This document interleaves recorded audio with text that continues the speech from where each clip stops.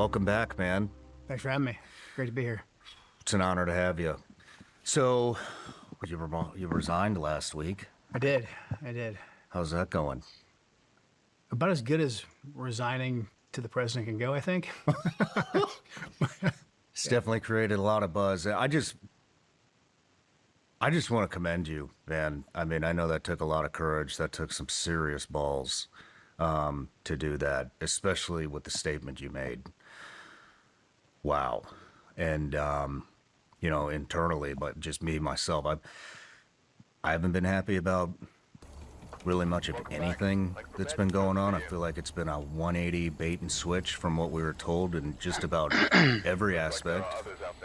And I've been wondering, because I know there's people frustrated up there, and I've been wondering, what are you still doing in the position if you're not doing the fucking job that you were supposed to do?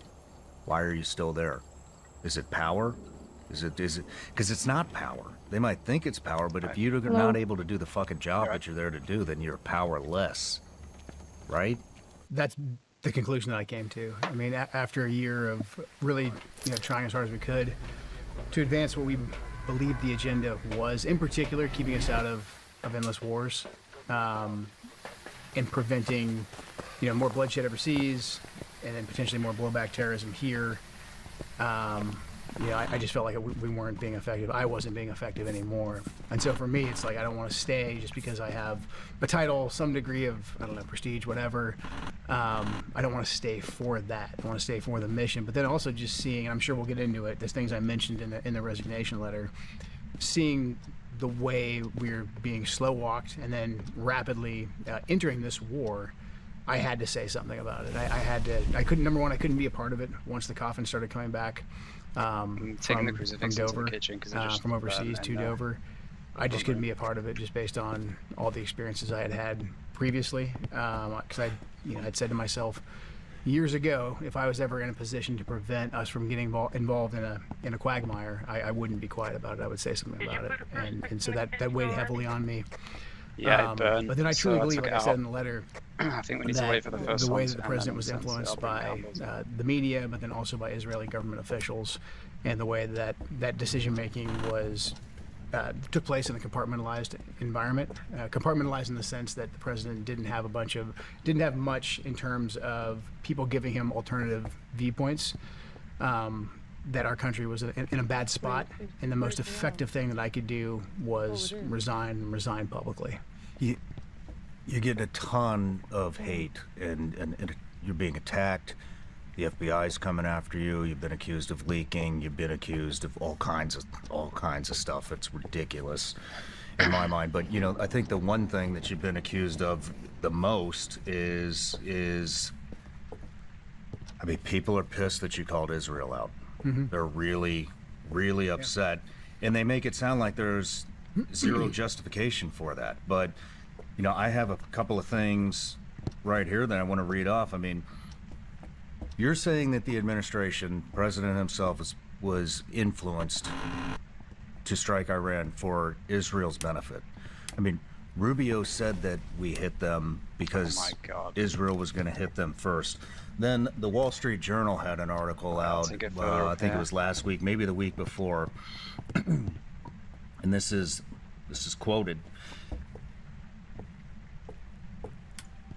To help make the case on Iran, Lindsey Graham traveled several times to Israel in recent weeks, meeting with members of the country's intelligence agency. This is in quotation. They tell me things our own government won't tell me, he said. He spoke with Israeli Prime Minister Benjamin Netanyahu, coaching him on how to lobby the president for action.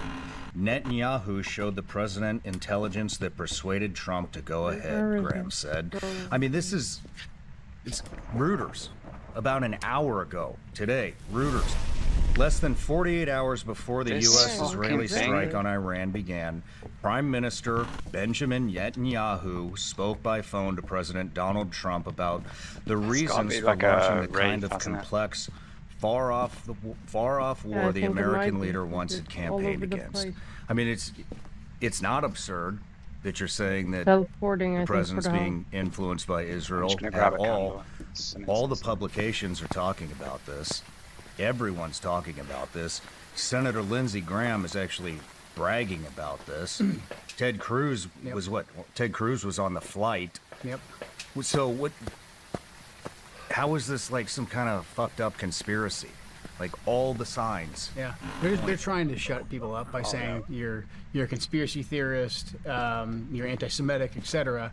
But yet they will come out and they will say we had to attack Iran because Israel was going to attack Iran. I mean, Secretary of State Rubio said that, the president said it, many others have as well. So it's right there up in our face.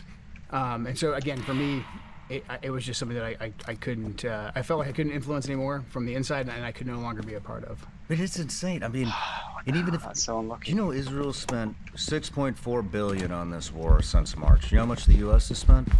Approximately 18 to 25 billion, with another request for another 200 billion from Congress. Yeah.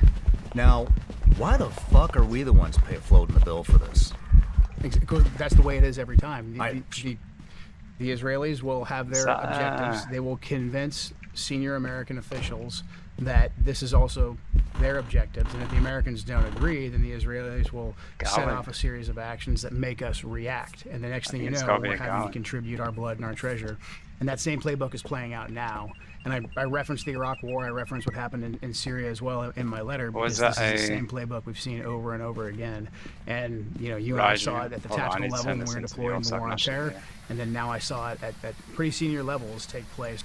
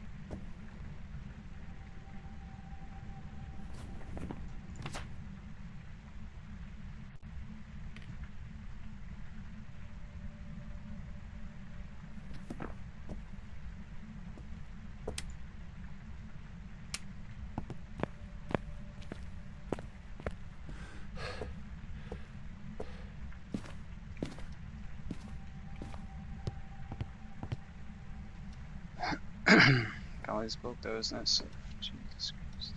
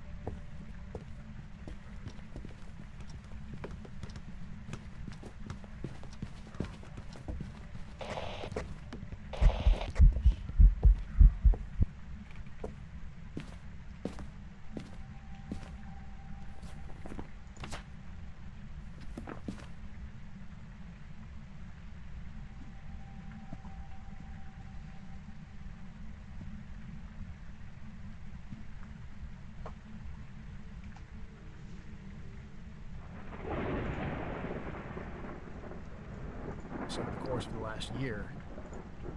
We're going to get into all this. I want to start by reading President Trump's statement today on Truth. I am pleased to report that the United States of America and the country of Iran have had, over the last 2 days, very good and productive conversations regarding a complete and total resolution of our hostilities in the Middle East, based on the tenure and tone of these in-depth, detailed, and constructive conversations, which will continue throughout the week.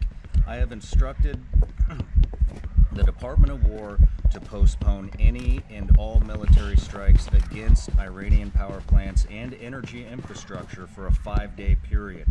Subject to this success of the ongoing meetings and discussions, thank you for your attention to this matter, President Donald J. Trump. Do you know what Iran's response is to this? I've seen some of it. They immediately responded. And you know, I would love to believe our president and our administration, but just like we talked about at the very beginning, everything that has come out has been a bait and switch, complete 180 fucking lie. This is what Iran says. The Iranian Foreign Ministry and state broadcaster IRIB stated, in quotes, "No conversation has taken place between Iran and the U.S., and Trump's claim about having these talks is false. They described it as psychological warfare intended to manipulate energy prices, markets, and buy him time." And a senior Iranian security official quoted, Tehran is not in talks with Trump, and that he backed down from attacking energy infrastructure after Iran's credible military threats and market pressure. There has been and is not any negotiation underway. IRGC, linked outlets, and Iran's parliament speaker called reports of negotiations, in quotes, Trump's own words, fake news. Yo, We're in a bad situation. I mean, I pray that What up? this 5-day somewhat truce, I hope So, it lasts. The you problem wanna is start the now? Israelis have said they won't stop Yeah, we can do striking so. throughout the entire period. They I can't cannot even hear say- you. Wait, let me turn you on. Right. All So right. this is the fundamental Yeah, we problem. can do The fundamental three. That's problem fine. is that we right There's now no evidence and are no sound, not I think. capable of restraining the Israelis. I think if Yeah, President no, Trump no. focuses I on have it, done think that he has multiple the power times. to restrain the Israelis. All right. But that's the key first step in any formula towards peace. He's got to restrain Hello? the Israelis before he can Yep. even get the Iranian. Hello, Hello. Hello. can you hear me? Yeah. Yes.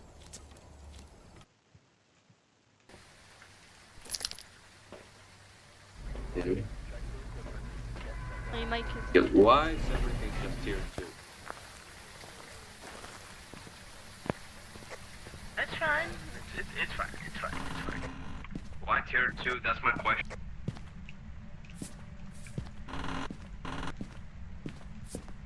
Tier 2 is good. Most things are smaller. Like smaller camera, smaller photo camera. Where were you looking at? Right here. Chill, chill, chill, chill. We have salt here. Where is it? Yeah, where is it? Basement. I think. Go. Stupid idiot. Oh, did someone die? No. Oh No, no. no. Yeah, must be a yokai. Must be a yokai because when you're just yelling or something, it will call. Nah, I don't think Did so. you smudge? I don't think so. We didn't smudge. Wait for the hunt here. We need these candles not to burn. Alright, then we will loop it in the living room. Or the kitchen. We need it to walk over the salt. Where do you guys want to loop it? Don't light the candles. It's a waste. Question, where do you guys... Oh, shit.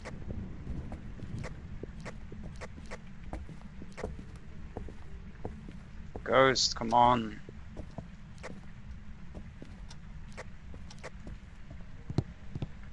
Why are you lighting the candles? Did someone die? No. Oh, whoa, it just changed room? No. Don't light the Then candles. why We was don't. that blow? I took the candles off. We don't need candles Yo, right now. guys, I have a better decision here. Look loop into the kitchen.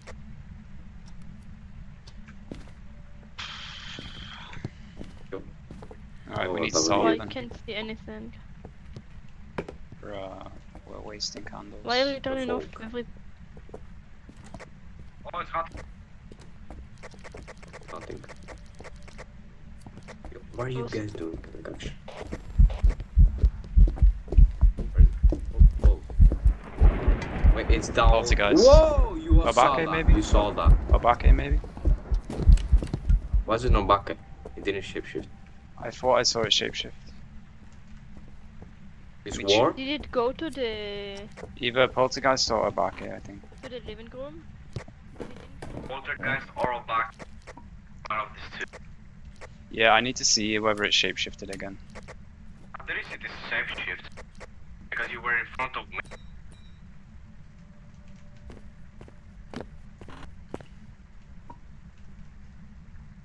Okay, to me it seems like a poltergeist. We need to check for orbs though. I'm in the ghost room with the crucifix if someone can come down here. Can cover it.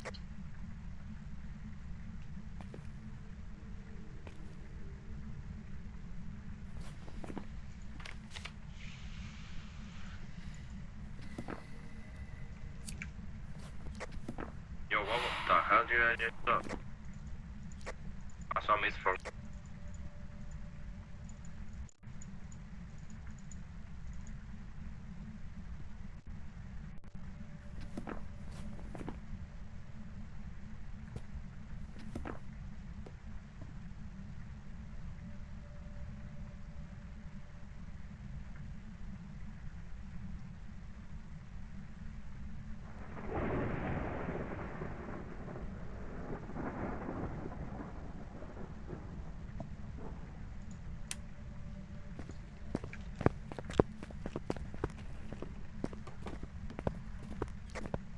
In the kitchen.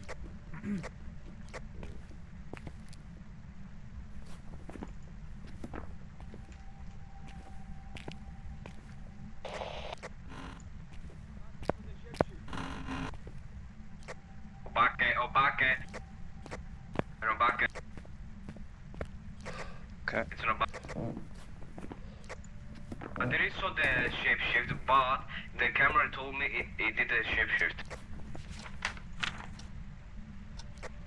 It's not mimic because it will just change shit. Eh? I don't see a shapeshifting ghost on the camera. I saw it from my video camera, but I didn't take a video of that. Oh, okay.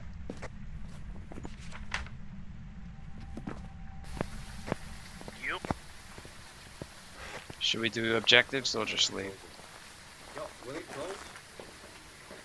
Do you want to do objectives or just Will leave? it close? Oh, I forgot about you. I thought you died. No. Yeah, it just.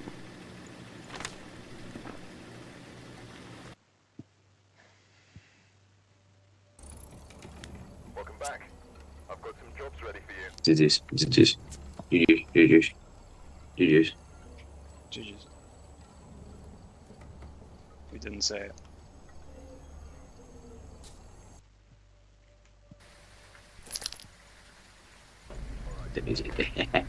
Got me at it. Oh, let's go. We got some What? decent gear. Why have we got tier 3 salt? Oh yeah, that's mine. That's mine. It's so, Alright. it's so bad. Alright. We'll look at the kitchen. I don't know why it's put your equipment Yo, on. body. That's a tier 3 salt. Yeah, Do it's not bad. put them right next to each other. Put them in the distance. Oh shit. I don't know when it's gonna spawn. Bro, that's literally what I did. Di mana tu malakama di mana ya? Oh my god, it just scared me. What is this salt? It's everywhere.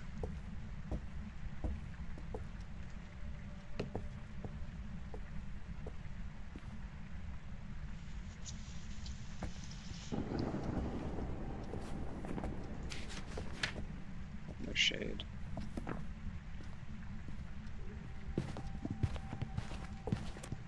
Revenant? Maybe?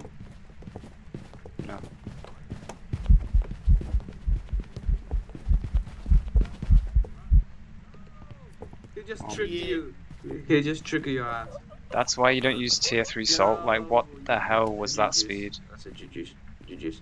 Yo, that was very fast. That's why we don't use tier Wait, 3 it did salt. step on one salt, I think. No, no. It sounded did so both. slow because it was stepping in all of the salt. Yeah, it was because of the tier 3.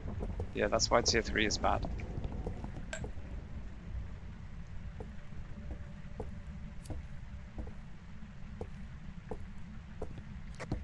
We'll bring.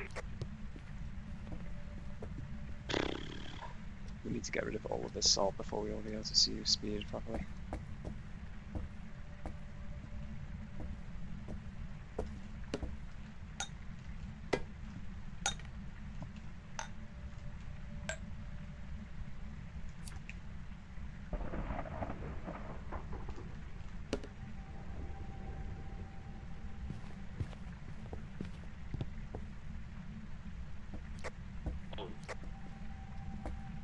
I just stepped on one salt.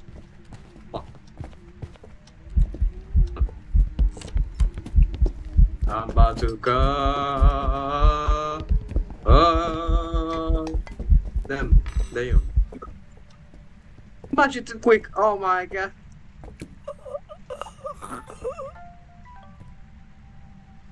Right, is all the salt gone now? Yeah. Seems like maybe poltergeist.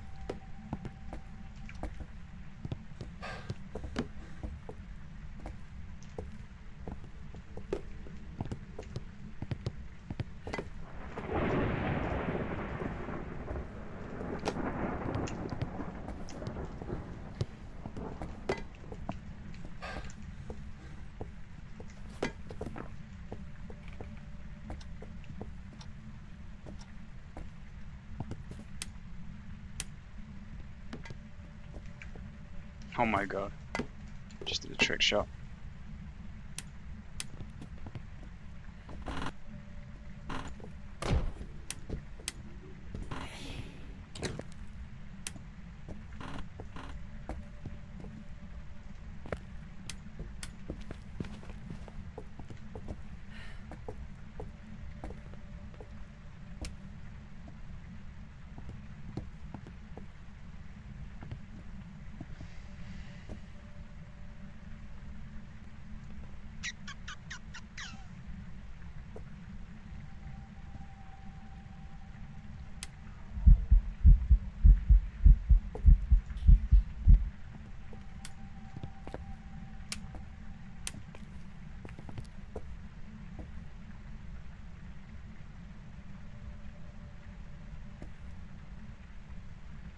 Come on, ghost.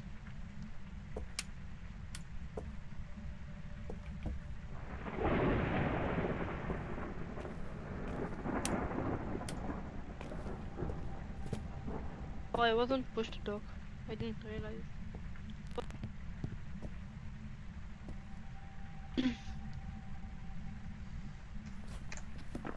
Now it doesn't want to hunt.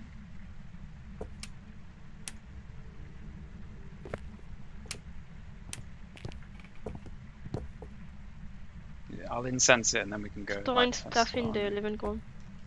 What? I'll incense it next hunt and then we can just test for Henri in there, so we don't waste candles. Come on, ghost. Here's the bone.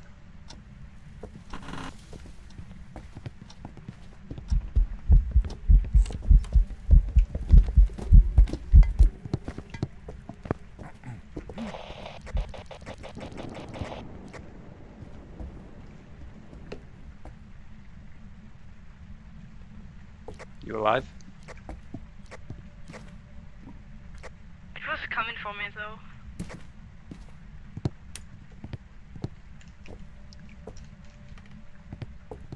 I had to use my smudge. Oh, okay. Yeah, oh, there's another one here. The timer will be wrong. No, you're right. No Jinn, Not a shade.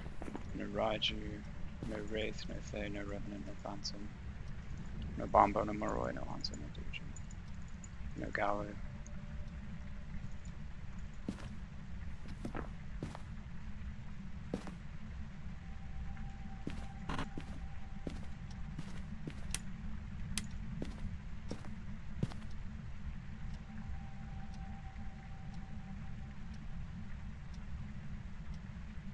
It could be a shade. Oh. Yeah, it could still be a shade, I guess.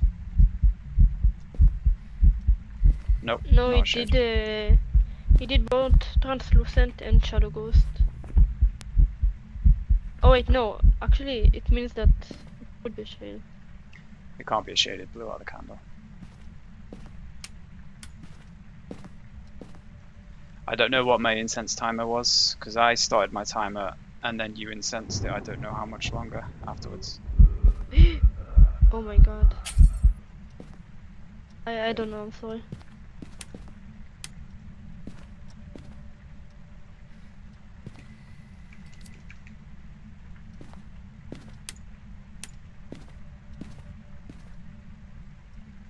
Wait, hold on.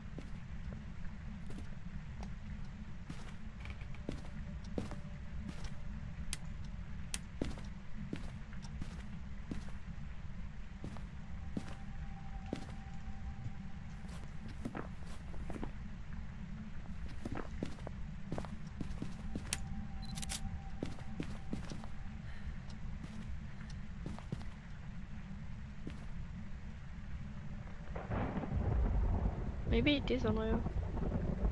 Oh, what? Maybe it is unreal. I think my Oh, timer is not only. accurate, but I think if anything, it's going to be a spirit because it's almost 3 minutes since I incensed it. Oh.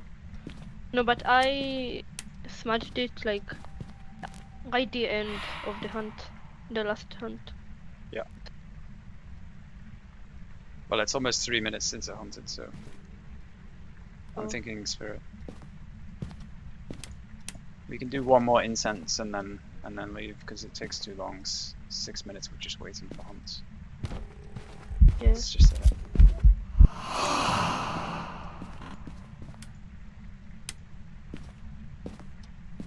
No mare ability. Yeah, so we'll get it to hunt, incense it one more time and do a timer.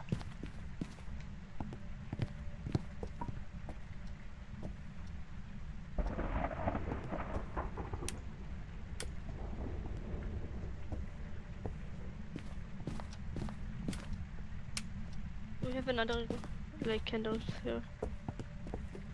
So good. We know it's not an on-ring, I think. I think it just did the thing.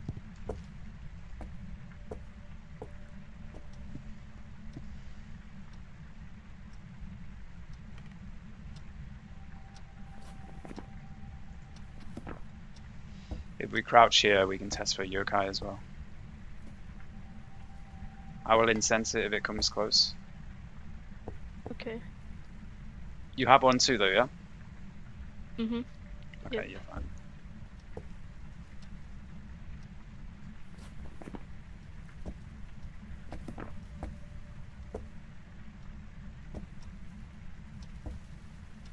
Did you get a picture of the bone? It's right here. Where? Oh. Oh my god.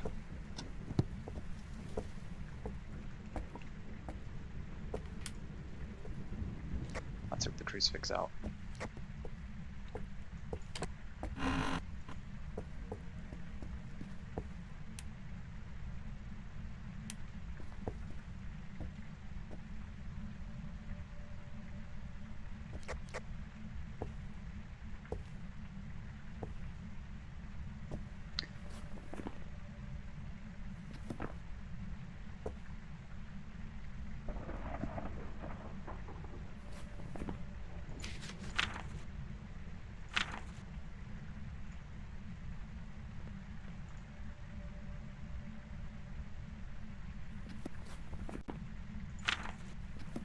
Taking so long to hunt.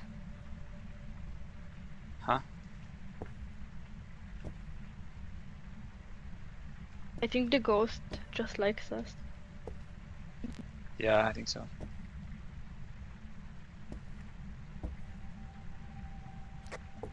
Ghost, can you hunt?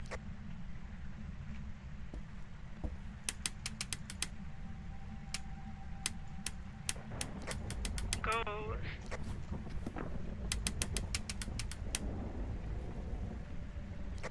Raymond Petit. Hunt.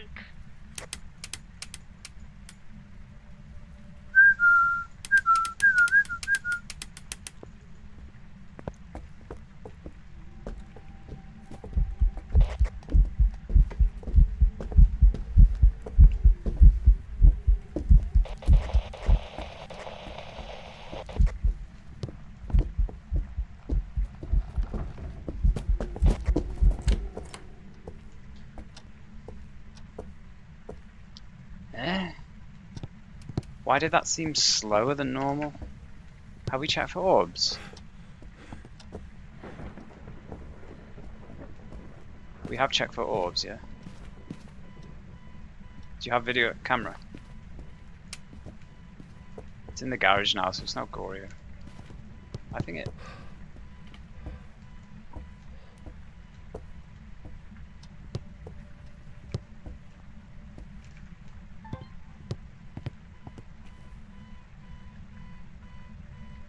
No orbs.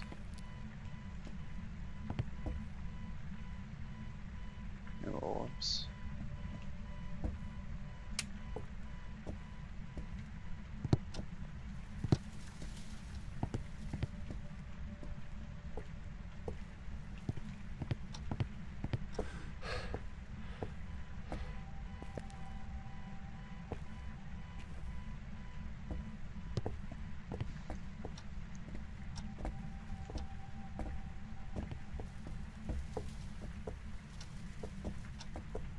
You still have incense, yeah?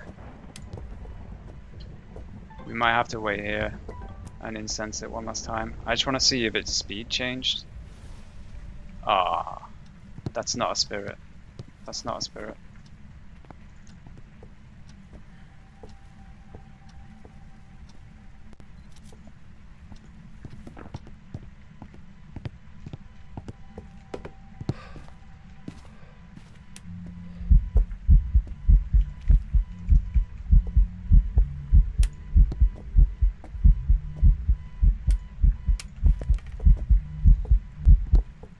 No Goryo. I don't think Onryo. Could it be a mare that's just not doing its ability?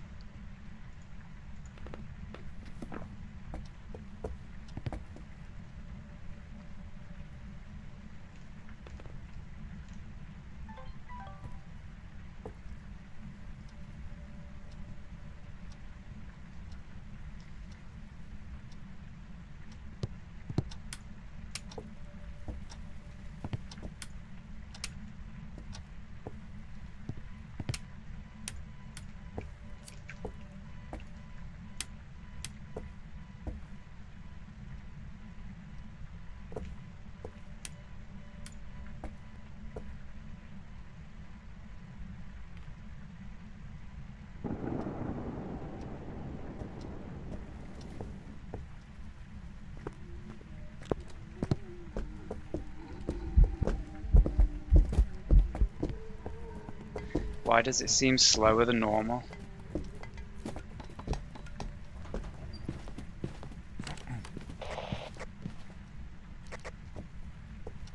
What? Did that seem slower than normal to you? It's like boom, Yes.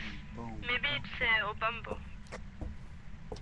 Yeah, but I haven't noticed. Switches every 2 minutes. Yeah. The thing is, it was Also, it's fast. not an Yeah, Onryo. yeah. No, it has to be because it was fast at the start, wasn't it? It's got to be like twins or Obamba. Yeah. It's what stopped us from figuring it out is because it was constantly walking through tier 3 salt and slowing it down. So that's just fucked Yeah. it. So it's got to be Obamba or twins, I think. We'll wait for it. Wait. I Wait. think actually I think it's Obambo because Obambo's like the ability is hand duration is decreased. Yeah. We need to wait for the fast hunt and then see how long it lasts. Do you remember at the start the hunts were super short? Yeah, but that's because they've died. No, before they died. I don't remember. I think it's Obambo. I think it'll be That obvious. one's Smudge, by the way. Yeah, it's fine. We can just leave it around here. If we crouch, it won't see us.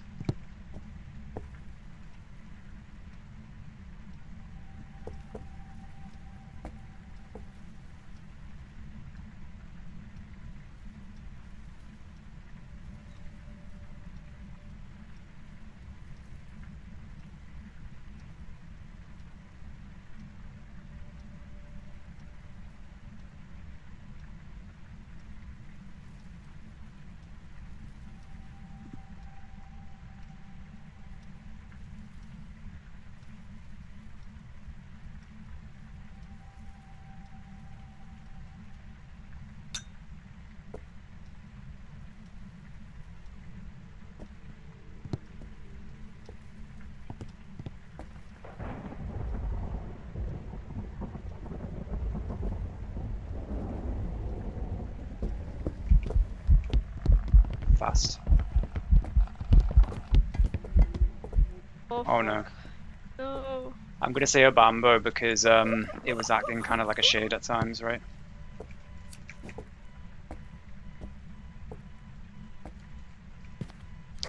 It's kind of 50-50. The salt fucked it up, but I think because it was acting like a shade at times, maybe Obambo. I'm not gonna bother waiting for another hunt.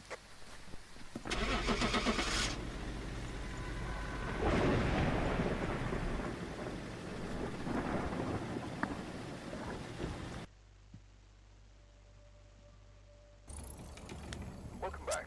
There's some jobs ready for Can you. you hear me? Oh yeah. Obama. Yo, Obama. Yo, can we do tier Not 2 Obama, salt? it's Obama. I think we should go Campwood. It's better. It's not. Yeah. It's so ass. Yo, Ridgeview is- why did you Ridgeview is say the that?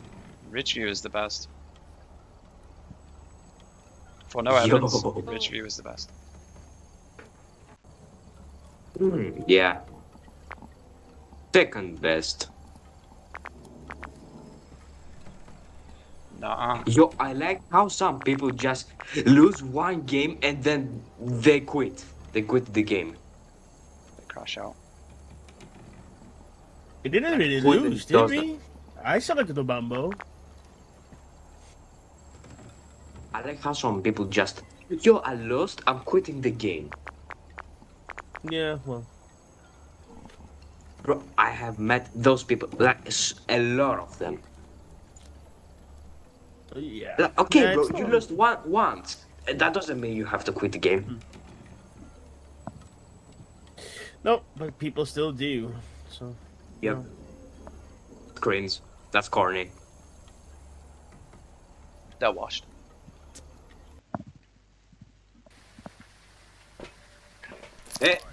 Το ψαρέψεις, ακούς. Άλλαγε, τα ψαρέψεις στον κόλο του Νικολάιζεν. Θα το ψαρέψεις στον κόλο του Νικολάιζεν. Θα το ψαρέψεις στον κόλο του Νικολάιζεν μετά. Μπράβο σου. Ξέρω ρε παιδί. I'll bring some fertilizer and salt in. We don't want to use any more salt yet. We need it to test for gallo later.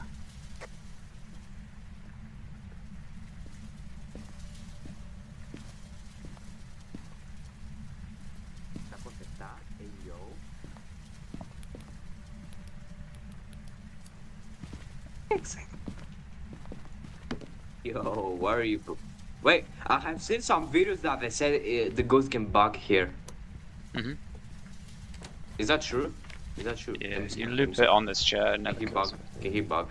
Can the ghost bug? Alright, it's upstairs. Yeah. Oh no, it's about the other ghost.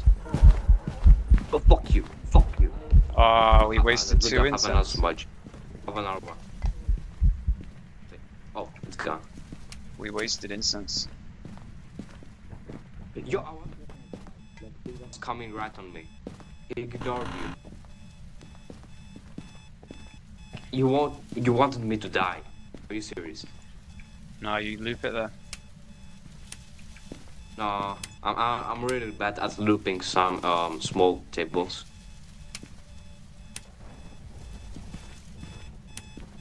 I'm only good at big tables.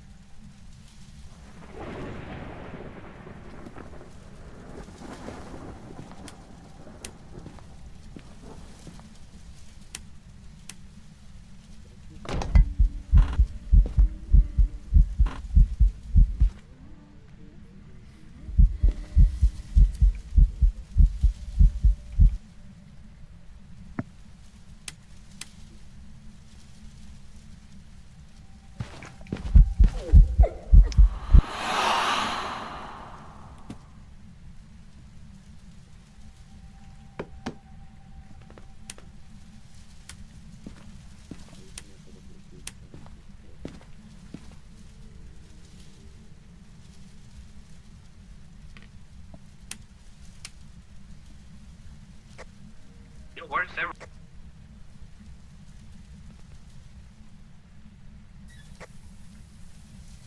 No clue where everybody is. Oh. Oh.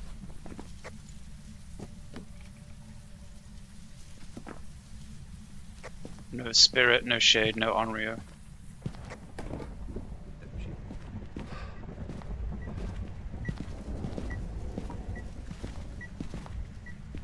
Ghost book.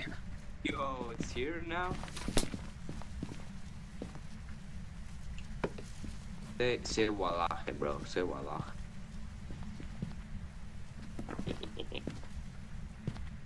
Yo, what? Nah, who can open the power? Where's the fuse box? Basement or garage.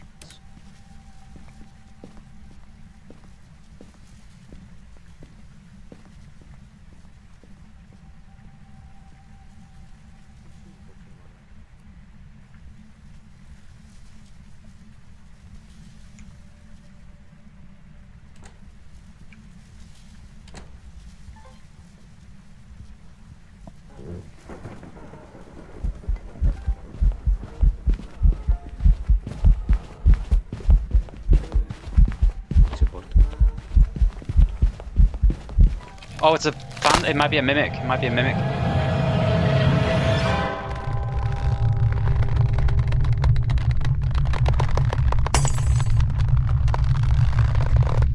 Mimic.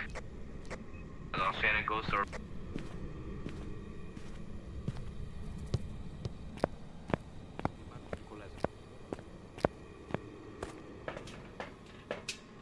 Yo, what do you think it is? I didn't saw it. Hello.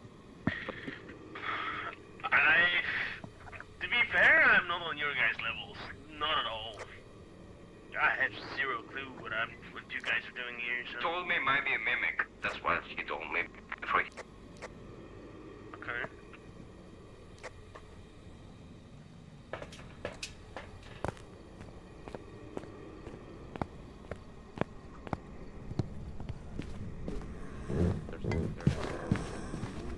Ghost. Maybe no shapeshift. Oh, it's not running. Fuck you. Wait, where did it go? Stop hunting. Yeah, I think I just wasted this much because when I used it just completely went off. Oh. Let me check it.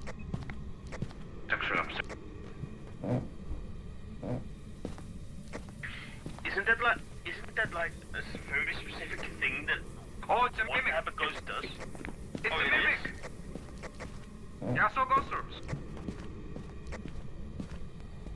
Awesome. Okay. I got a video. It's a freaking mimic. Yo, it's a mimic. Let's go. I got the ghost orbs. Let's go. Yo. Welcome back. Nice. I've prepared some jobs for you. Hell yeah. sta cosa. The first hunt, Yo, it was a good eye normal check- ghost, good and the eye second check time upstairs. it came down. The second Good eye time it just came check down, it upstairs. was a phantom. It was like it was behaving like a phantom the second I time. don't think that was a phantom. I don't think that was a phantom ability. It was But one. I think it just it did was. 2 abilities at once. No, it's one. From That, slow it went to a little bit fast, then faster. Well, nope. It was 100% a phantom. nope. No. I don't think so. Hello. Hello. Yeah. Oh, Yo, why is everyone with the same skin?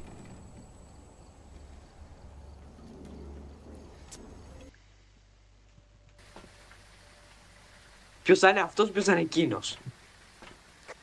Bro, how did you Yeah, think I I know. knew it was a I phantom? know. I didn't see orbs. It's cause I mean I a have a mimic. better question. I didn't Why see is orbs. everyone using the same skin?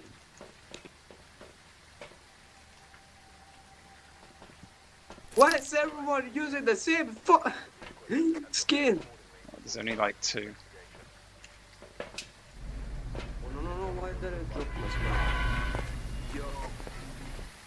All of us are literally the same person.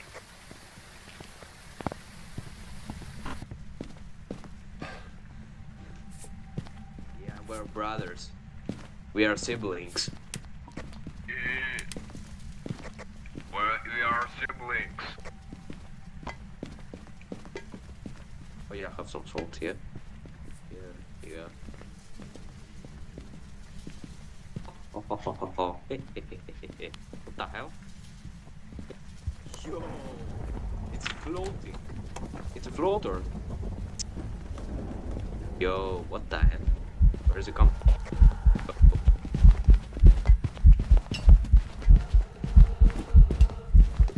Malaka! Hey, perfect timing, Malaka. Fast man, Grigor ki baby. Mm.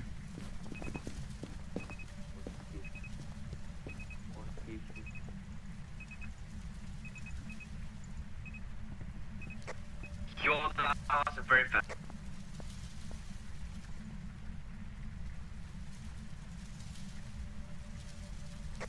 That was very fast. Maybe Banshee, because I don't know why it didn't go for you.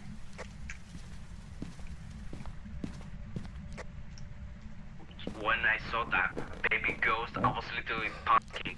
I was trying to take out my. Where are you? Did the other guy die? Where are you? I don't know. Is it good? Maybe. I don't know. I don't think so. Or he left. One of the two. Where are you? Oh, that's very good. Yo, can someone bring incense up to the ghost room? It's in the bedroom at the right of the stairs.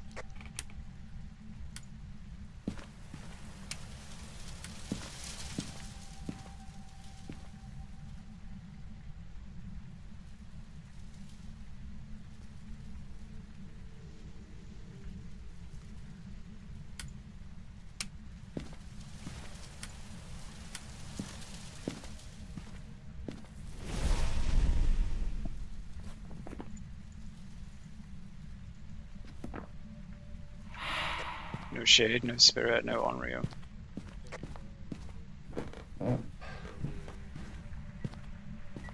Yo, wait, I didn't check for ghost orbs.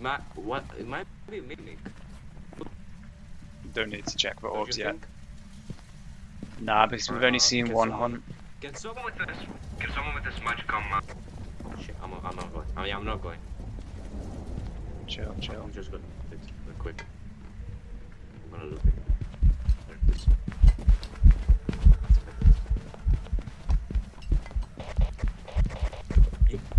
Yo. 2 incense? Seriously. We're cooked. Alright, let's check.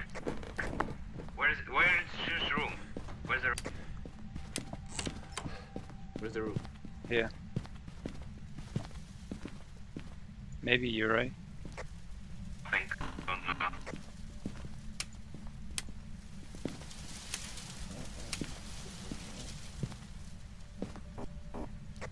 Did I find it?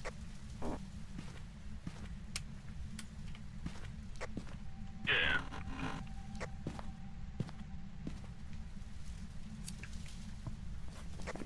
Come inside.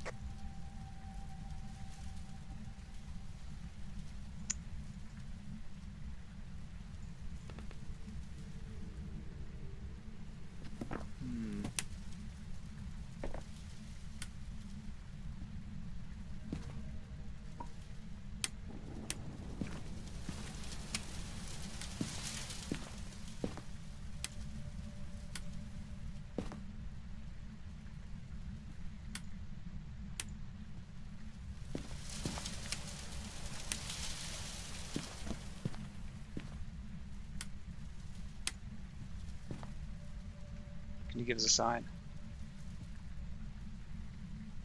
Touch the door. Touch the door. Come on, go stick home. Let me bring some other right.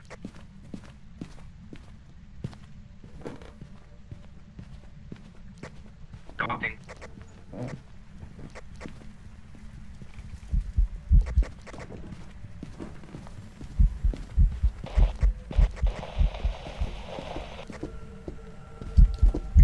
Oh my god.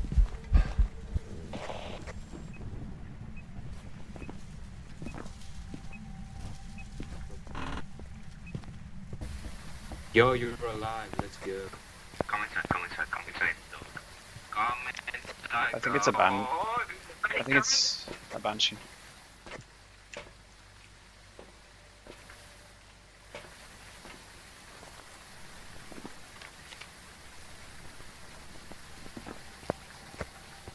What? Candles? What? Oh. I'll take it. We cannot just do it. Okay. What? Wait. Great. Hey. Did I guys think? I guess. I guess he's back. I don't know. Someone died. No one Pretty died. sure someone died, and now. No one died. Wait, what? Oh. Yeah, I'm confused, Steve. But it's fine. Okay, if nobody died, nobody died. That's good. We might need to stop playing phasmophobia. I think it's getting in our head.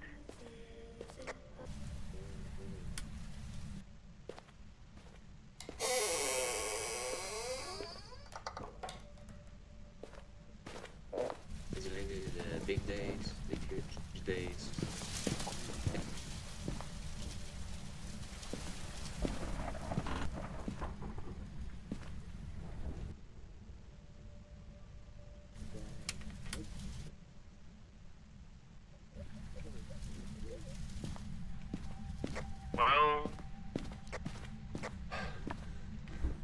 Well, now for sure somebody died. If now everybody's gonna be alive again, I'm gonna question myself. Yeah. Oh, there. There. No, that's not. That wasn't.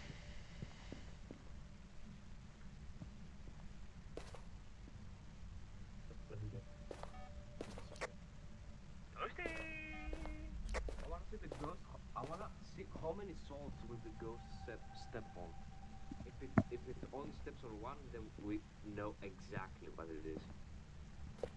It's not a gallery.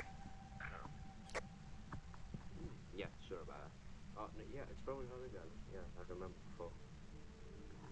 Maybe on an unreal because it makes him bad. Not an unreal. No, unreal. What is it?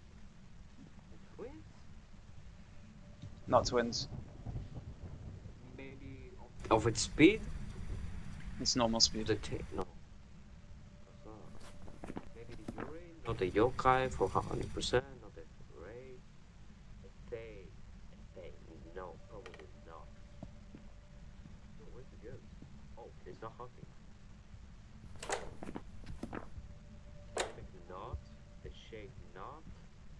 There we go.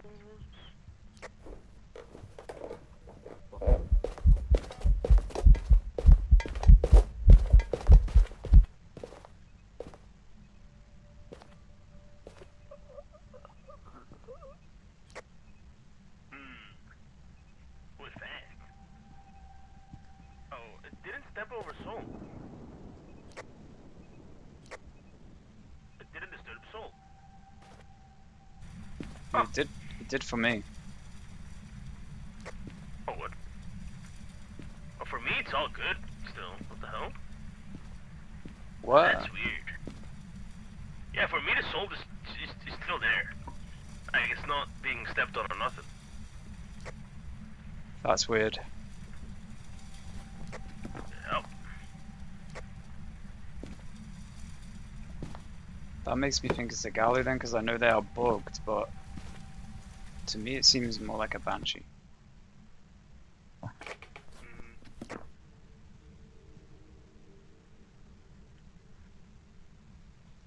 You can wait outside if you don't want to die, because there's no incense left.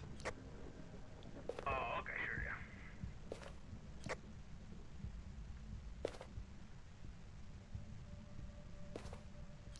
Well, if you could open the door for me, I can't, apparently. It's hunting, that's why.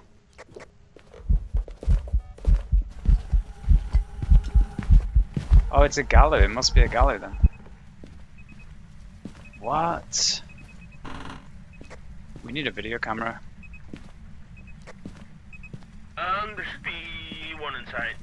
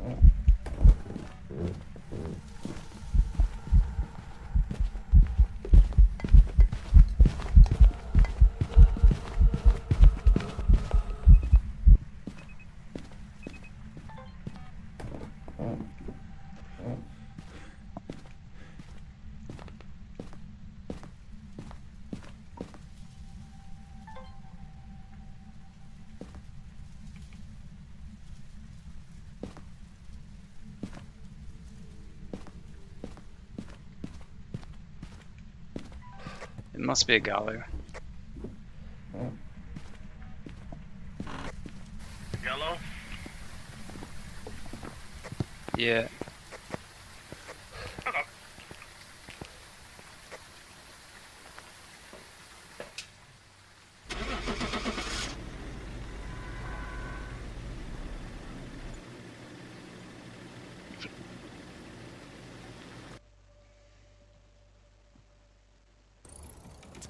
Welcome back.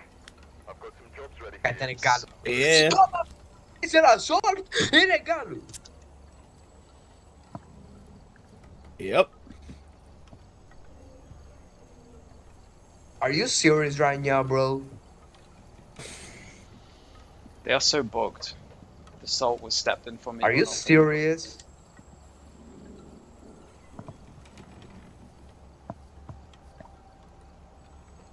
Sort of it. W lose. Oh my god. Are you serious? Like actually.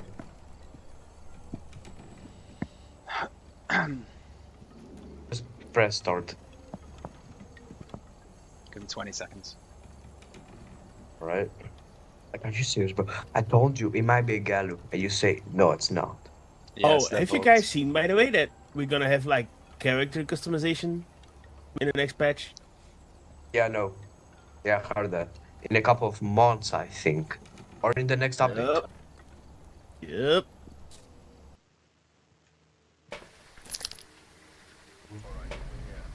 Pretty excited about it. Why are we only 2 people here? Wait, what? Oh, it's the Dios, Mis manos Is it only us two?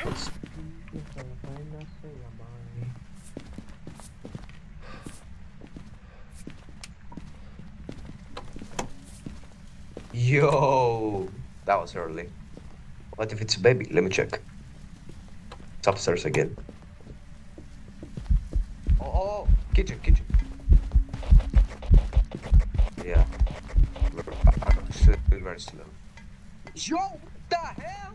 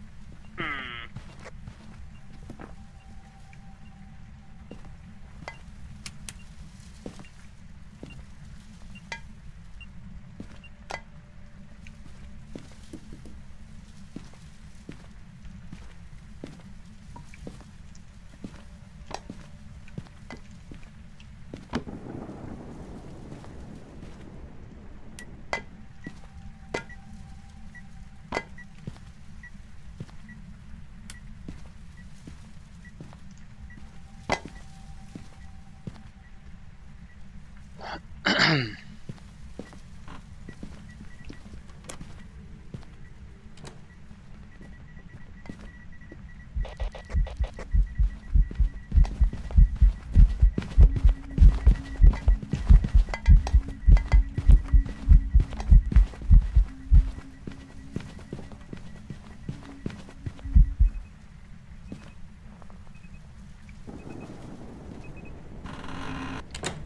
Do you have a candle?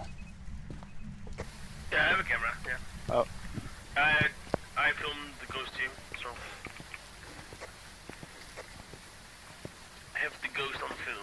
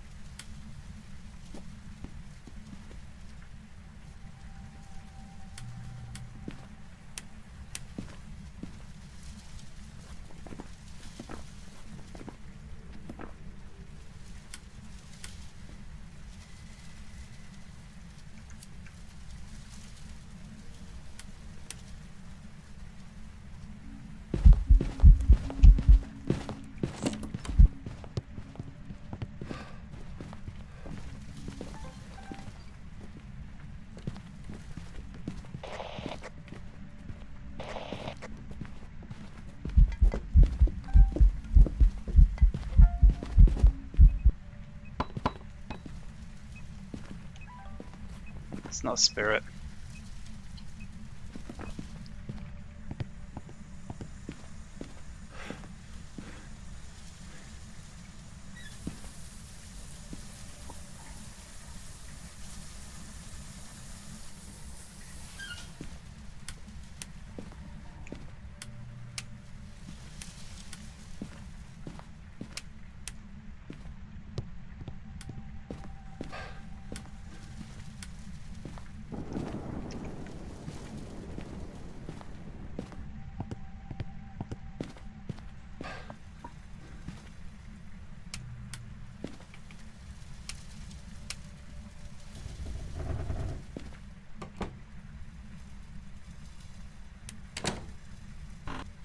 I think it's a Uri. Hmm? I think it's a Yuri. Got it. I'll just check for orbs.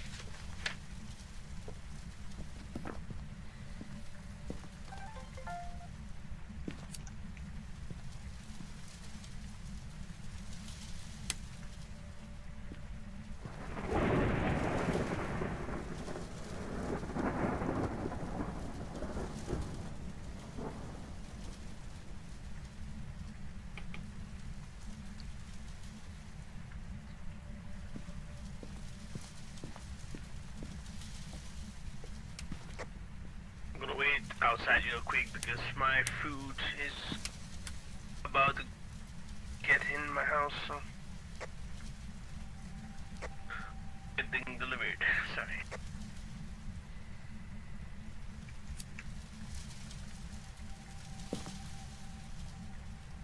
He gives a sign.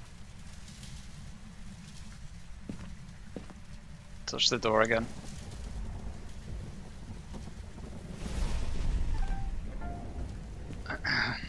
I think we could say Yuri and leave.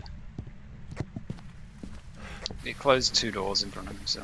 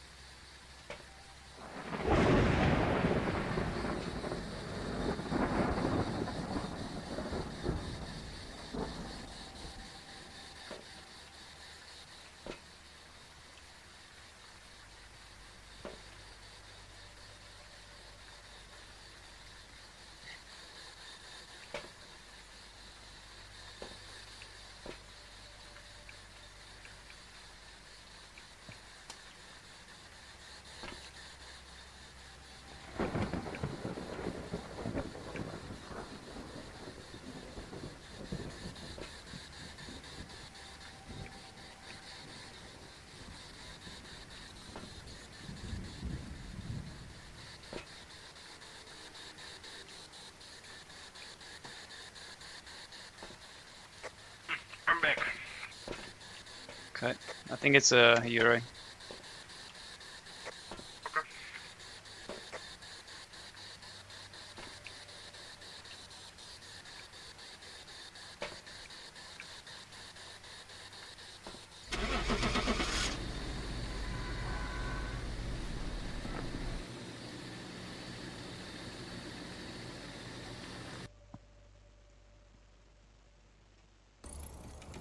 Welcome back. I've prepared some jobs for you. Oh, it's so laggy. Let's get sorted, made it to joy.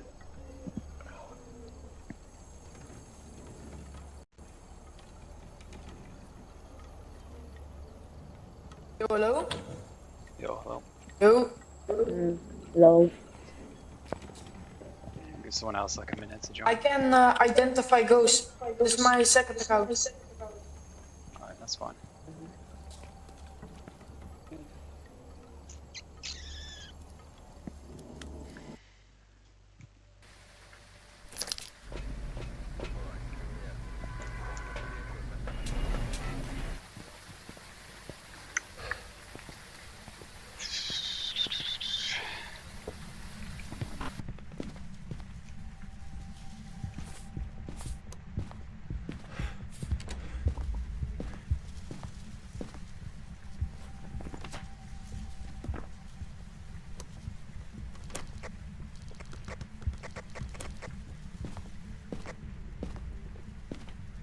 Zero evidence.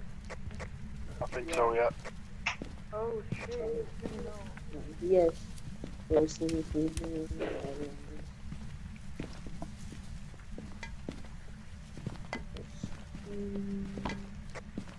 even hide behind here now, can we? Behind where? Behind where?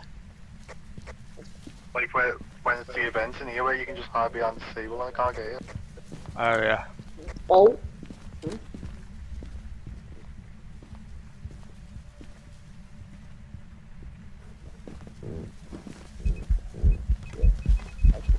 It's an Oni.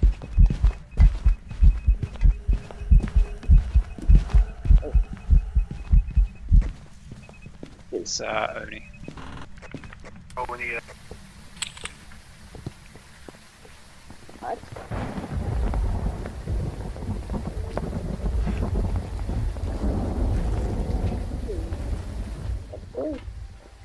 Oni. Oni or Mimic.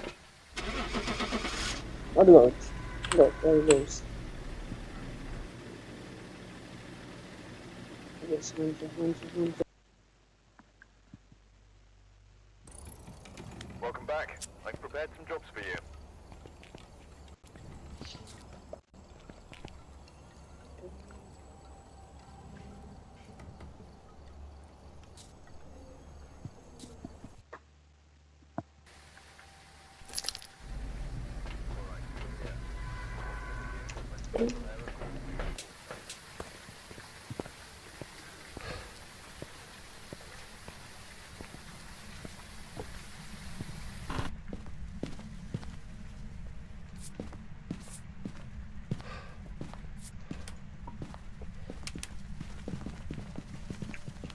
Not a raid.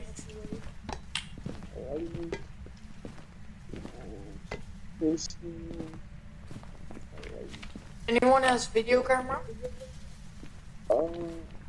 Again. Yeah.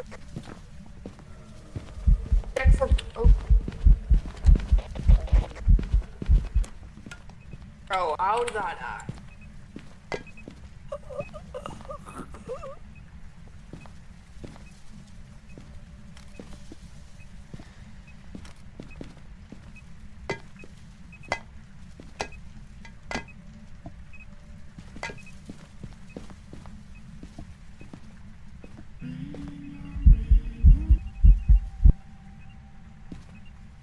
It's the Karen ghost.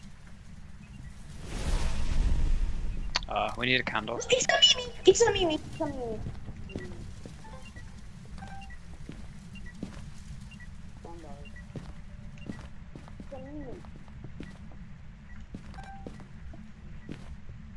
Yeah, you got evidence. Nice. Sweet. Let's go. What is it? It's a Mimic.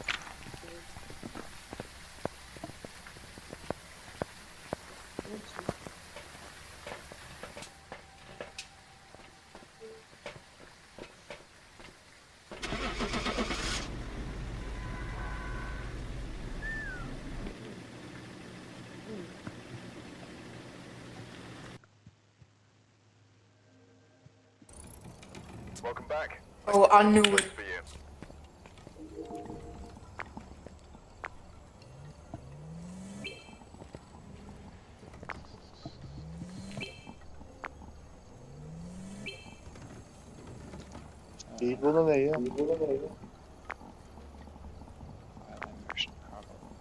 Sweet.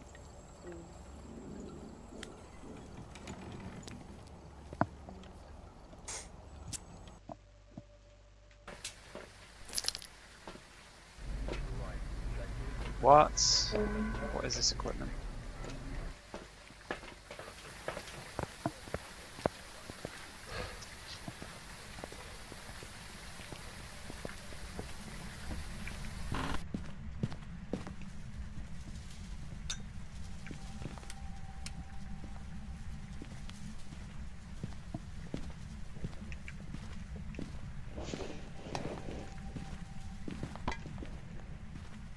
Don't do salt, don't do salt. Not yet, not yet.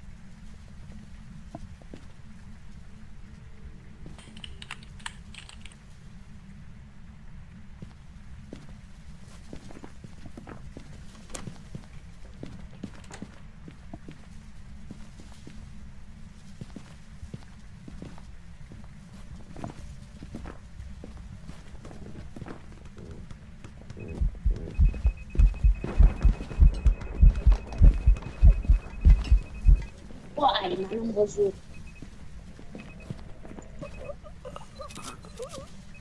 Oh.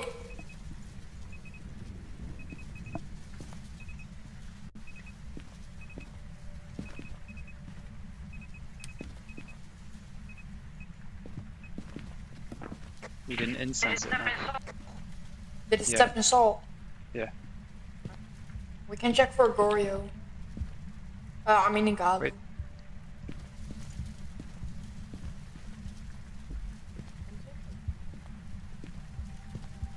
Why is it quiet? Why is it slow now?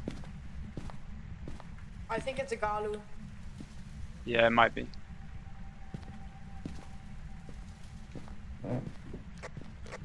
It might be.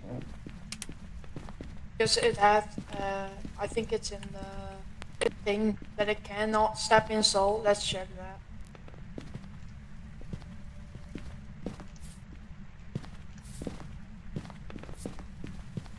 Not It's un- bugged though. It's bugged.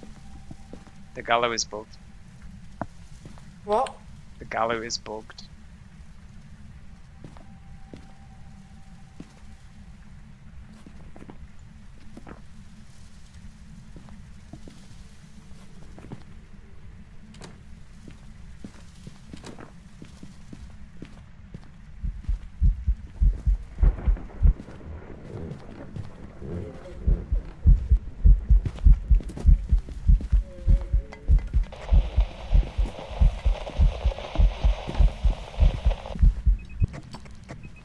I needed to come this way.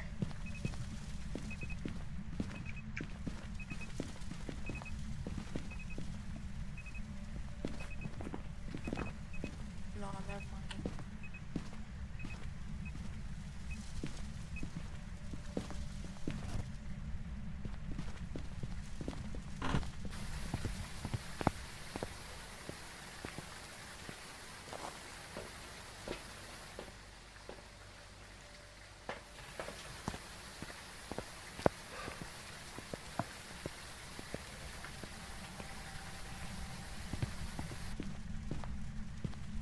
Right, we needed to walk over this salt here, so don't get it to loop Yeah. this way.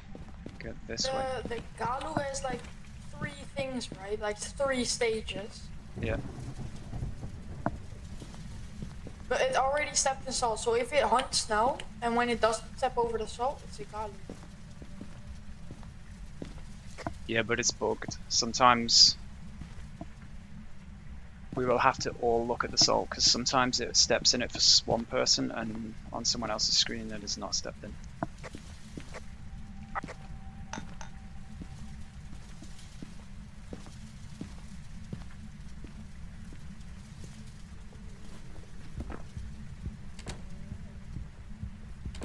It's fast now.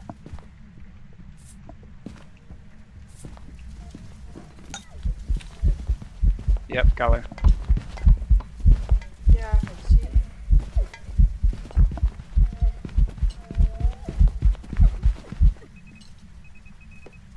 too.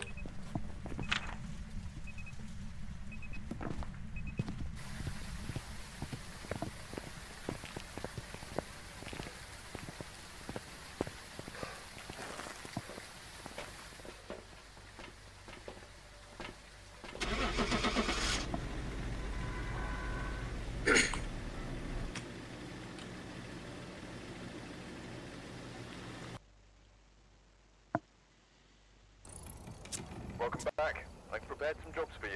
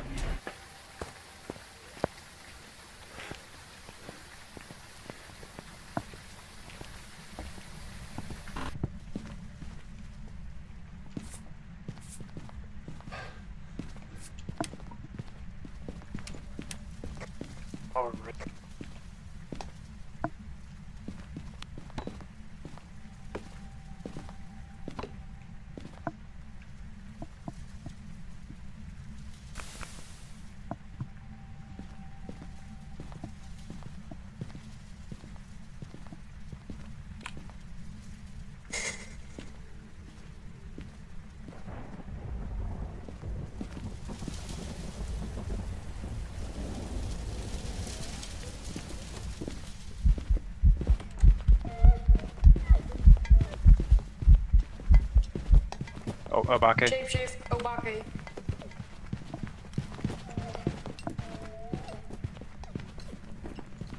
Oh my days, I just want you to. It's Obake.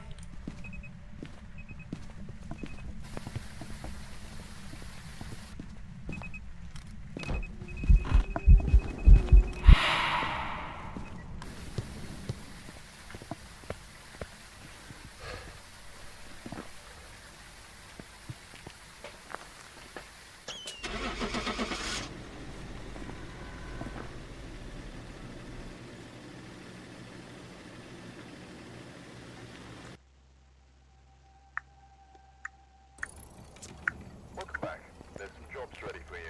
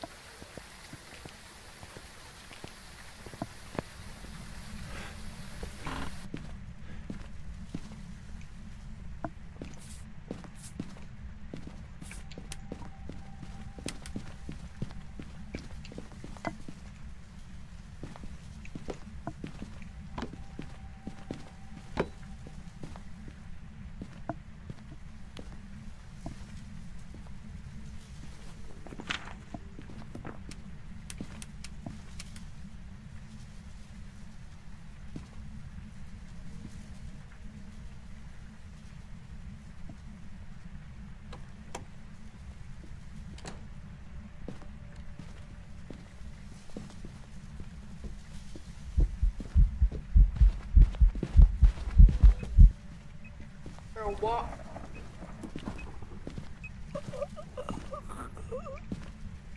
Seemed a bit suicidal.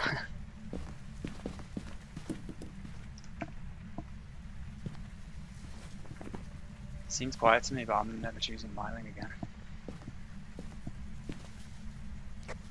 What did you say? It seemed quite quiet. Yeah, I thought that until I got into the room.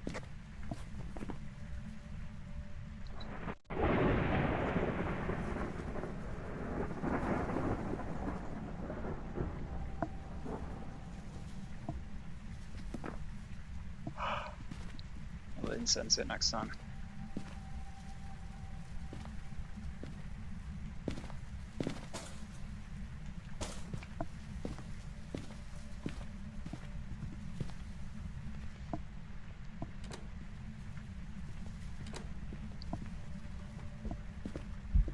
No, it's not Myling.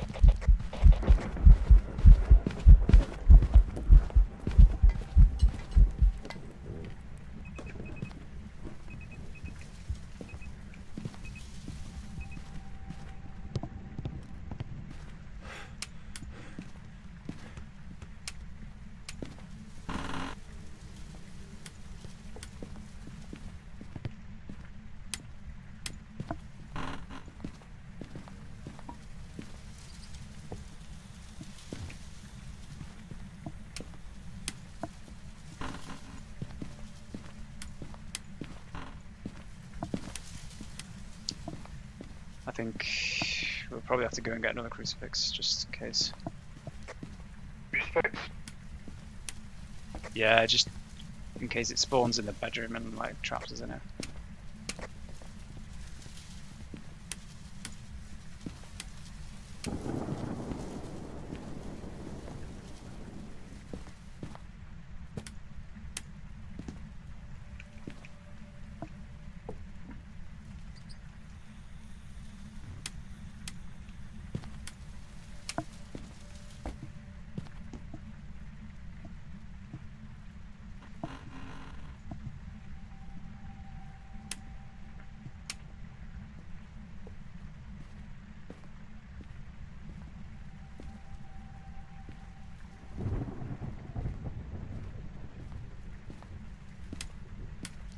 He's put in the bathroom or the bedroom?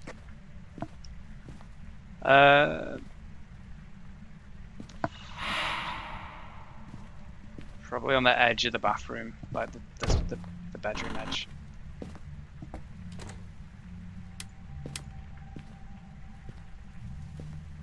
Just to try and cover the exit.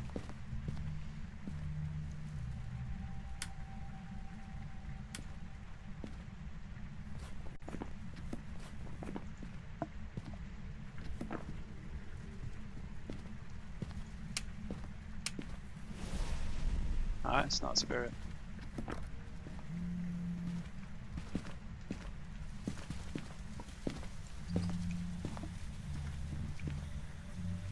Take this one out, I'll just incense it if it traps us in here.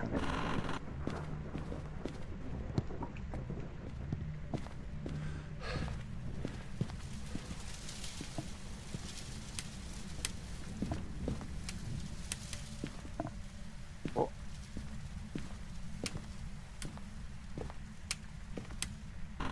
Did it just do a light switch?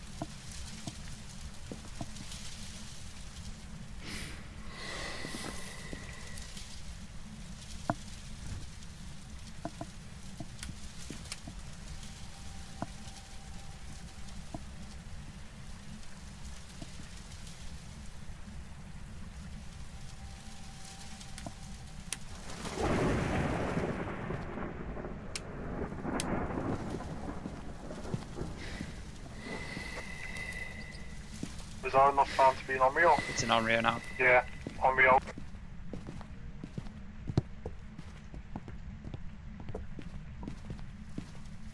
Do we have a video cap? We could check for orbs, or we could just go. Yeah, I did check for orbs in that room, like, and I couldn't see none. Alright. It's Onryo then.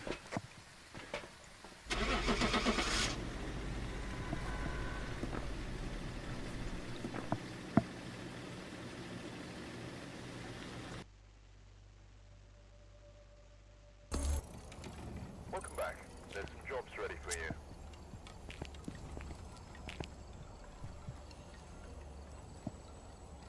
Lovely stuff. What? Can you take your equipment off? Nice. Why is it not adding mine? I need to enable it. It isn't. It's always enabled, but I swear, like it always adds other people's equipment instead of mine. It's annoying.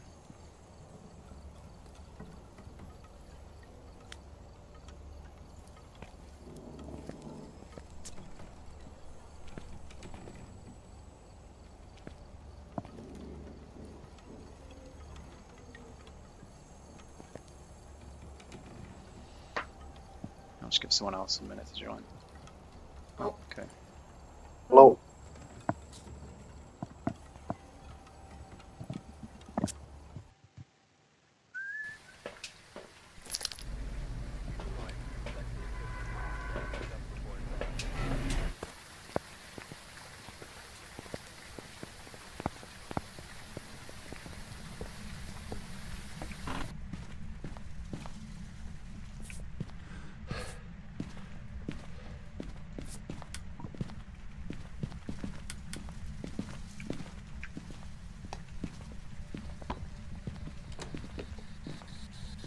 It's no evidence, by the way. You can put that spirit. You can drop the spirit box. Ghost is hunting.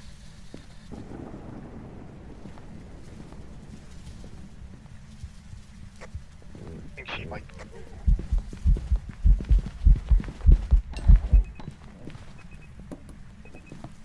It's either Thay or Moroi. I think it's Thay. Actually, it's too fast to be a Moroi. Yeah, it's got to be a Thay.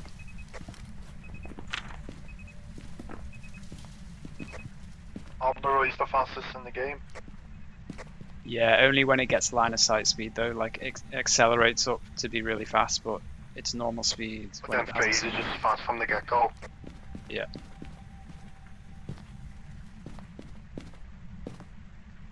Come on, let's go. Let's go. Oh shit.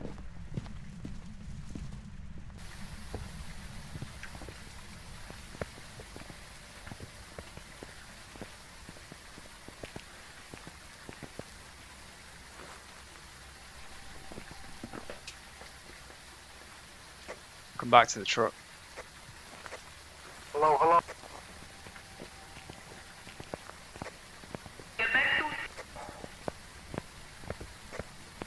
Come.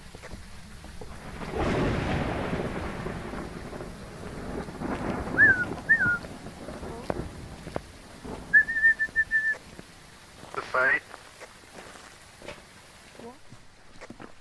Faye.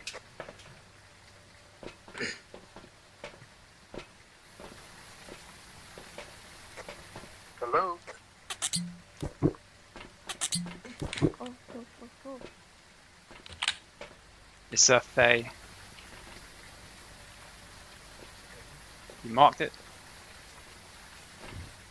Alright, let's go.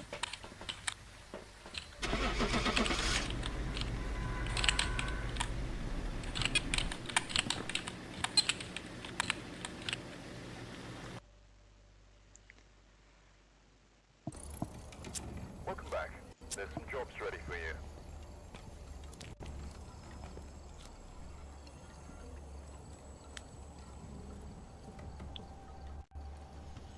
Someone on a minute to join again.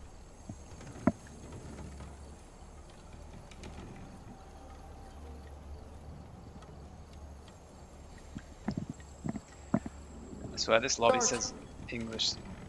No, give someone a minute to join. I swear this lobby says English speaking though, and then you just get people that just don't understand English that join constantly. She was clueless then. Hello.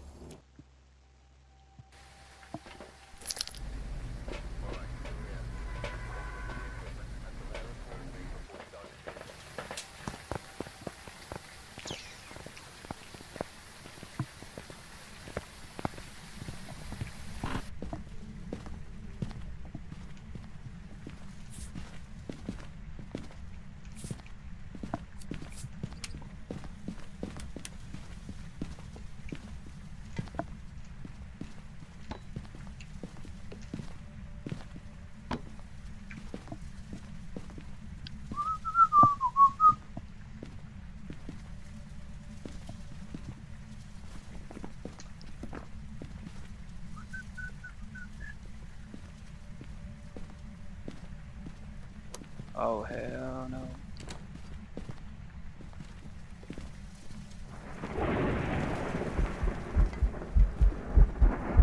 Myling, I think.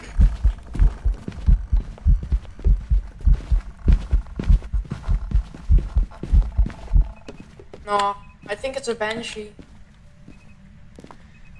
But I didn't hear a single footstep till it was here.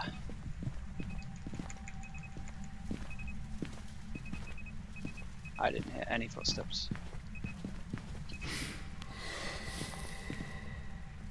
No, but it only targeted one of us. I don't know about that. So we were all stood in the same place.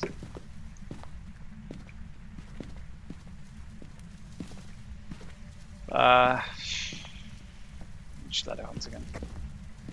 Since it's on this going, we'll go to the...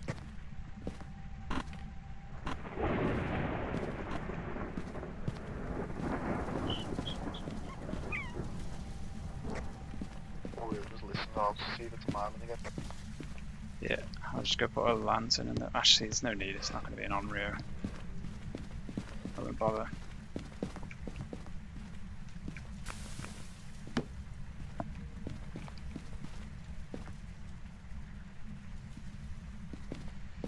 Should hunt in like 20 seconds.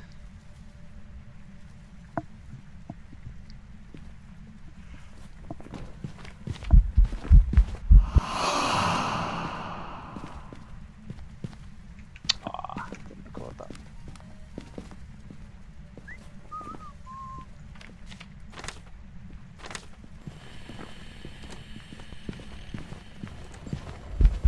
Huh? Yeah, see? It only targeted you. Maybe. Only targeted him. It's a banshee, bro. Christ.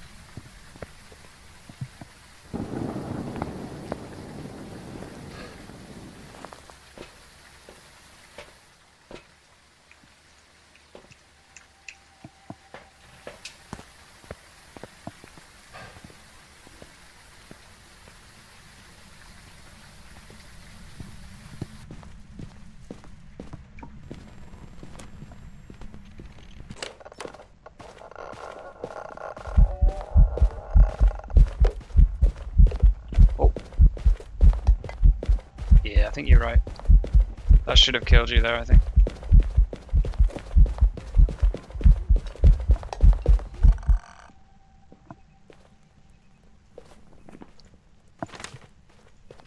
Yeah, we might want to check for orbs before we leave though. Because the first hunt it seemed really quiet. It's only targeting you now.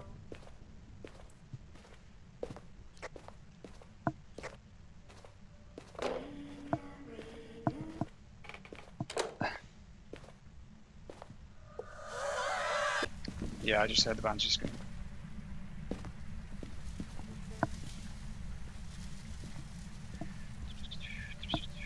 Should we check for orbs first?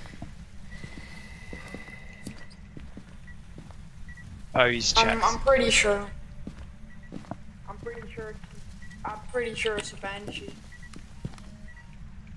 It is, yeah.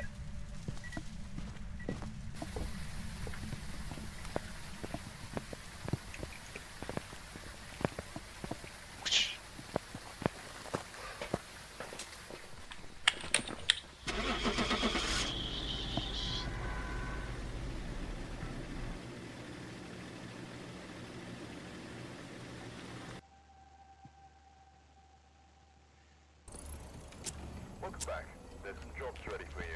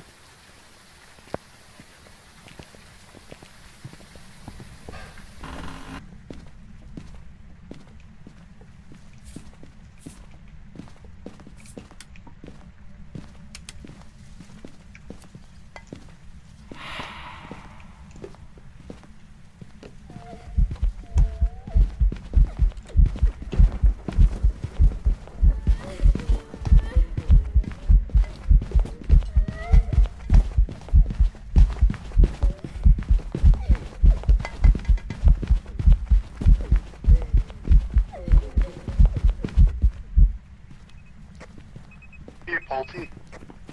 Yeah, it could be. Oh, things quite far, don't they?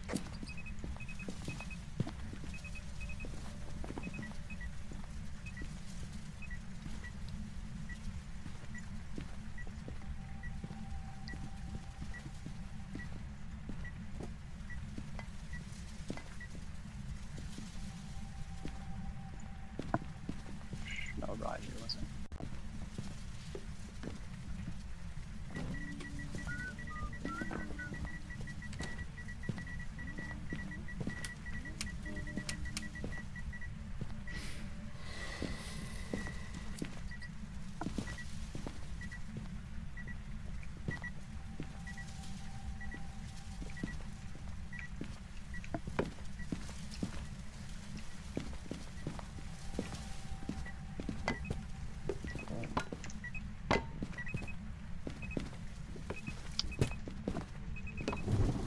Right, stop throwing stuff.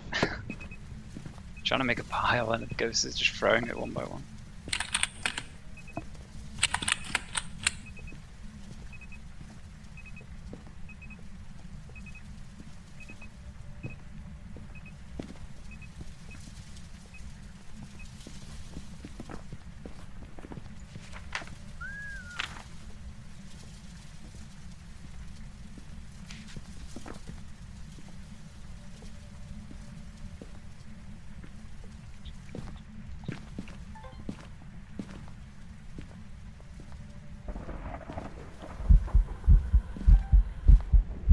Oh, God damn.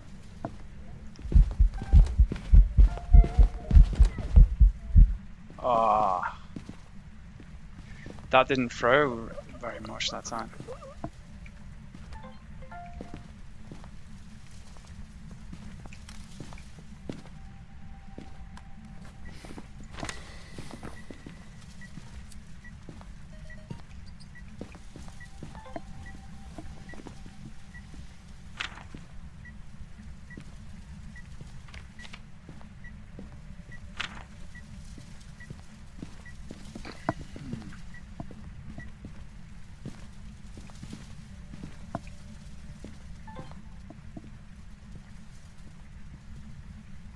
Oh well, I don't think it can't be a spirit.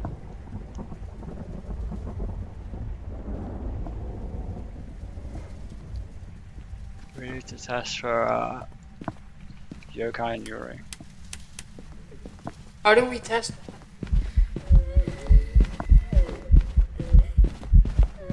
Can you incense it? Can you incense it? I'll do a timer. Nice.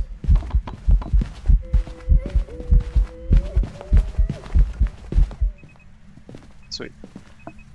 I think it's a yokai. What makes you say that?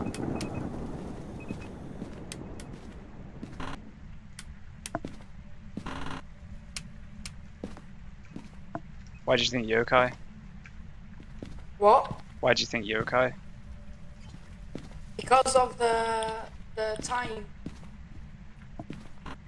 The time? Yes, of the smudge. Oh, the yokai doesn't have anything to do with that. Oh, maybe I. Yokai is the one that cannot detect electronic equipment until you're like 2 meters away. So if you hide in a hiding spot and go like this, it should not be able to find you. But we need incense to test for that. But flashlights are off. Yeah, you can just use your microphone. You know, just go like this.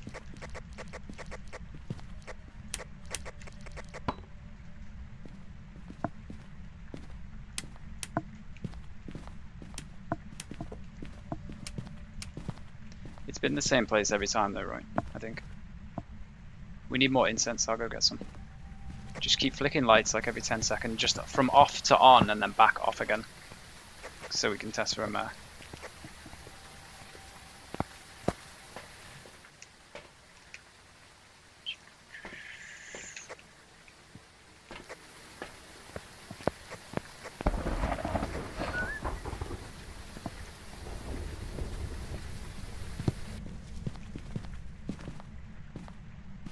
Huh? What happens? I don't know.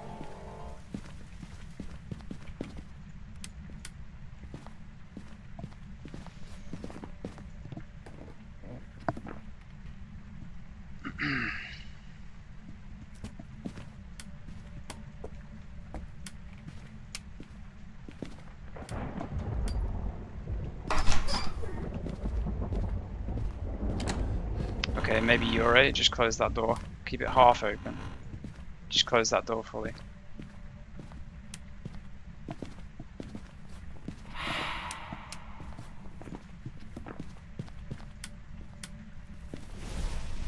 It's not an Onryo. Not a shade. I think it's a Yuri. But we can I'll test for a yokai if you want to go outside. Alright. Yo. I'm gonna test for a yokai, so you can go outside if you want.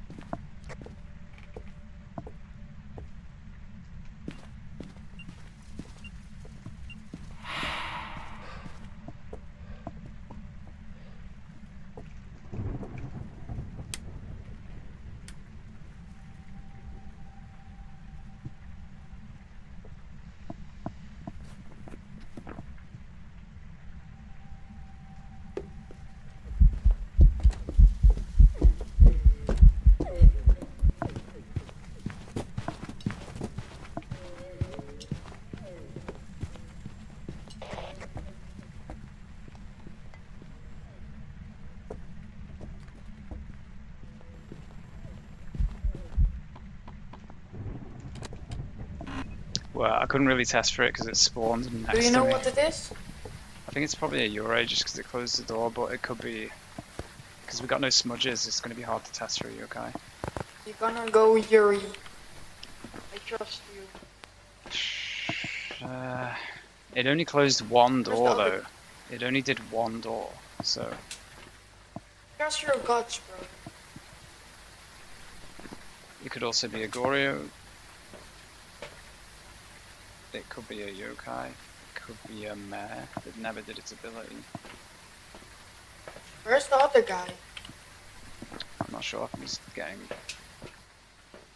stuff. Let me find him.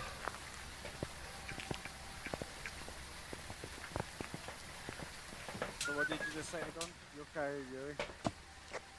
I think Yurei, but we can't really test for yokai because we've got no more incense.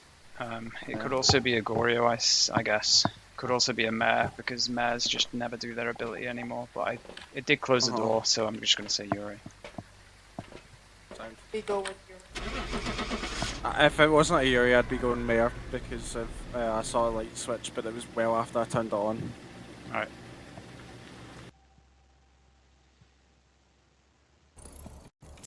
Welcome back. There's some jobs ready for you. Nice. Yurei, the way Yurei closes the door, that must be like very unique.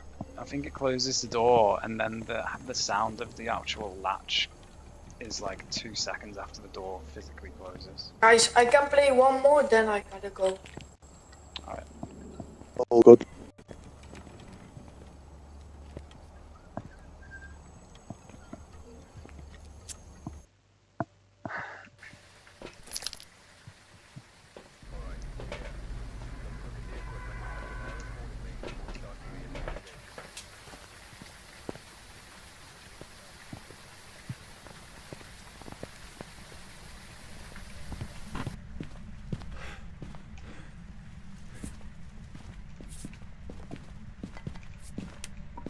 Oh, yeah, I think it's here. Yeah, I'm gonna move out. I'm gonna move this into the kitchen.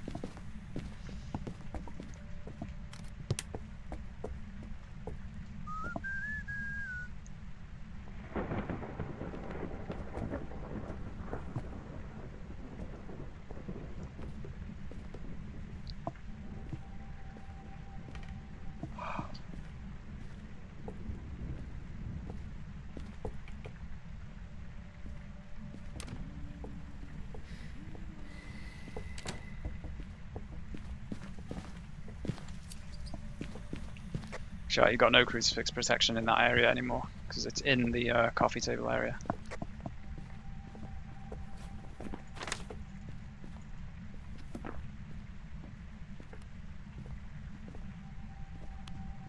Yeah, it's gonna spawn like on you. What? That guy's in the Marcy, you're in the ghost room right now.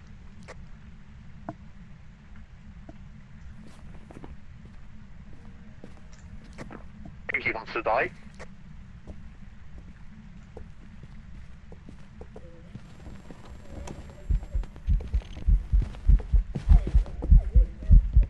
That's gotta be a miling. That's so quiet, but it's fast though. Can you hear us? Can you hear that at all? Because I can't. I don't hear footsteps. Oh my god, it sounded like he literally died in real life. Uh-huh. It sounded like his soul got taken.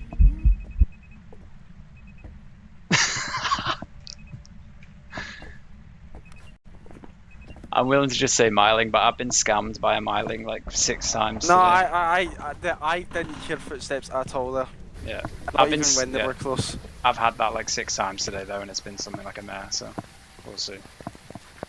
One more won't hurt.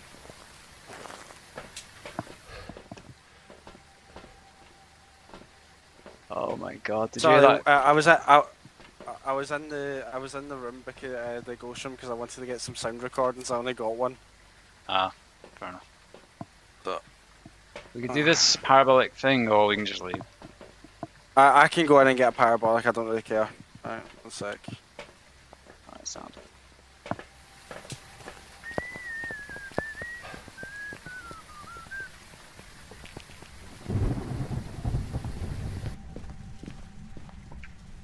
There's a There's another crucifix. parabolic mic there if anybody wants to get it. Yeah, but there's a crucifix in the ghost room now, though, so you should be sound to stand there.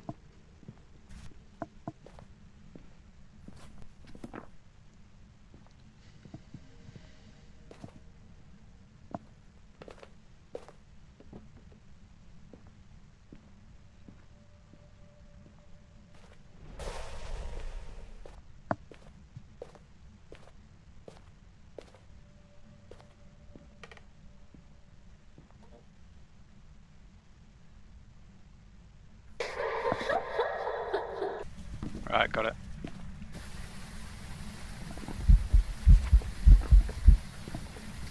What the hell?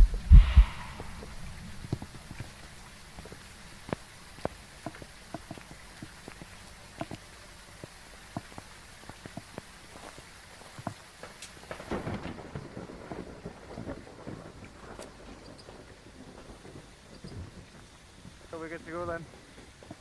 Yep.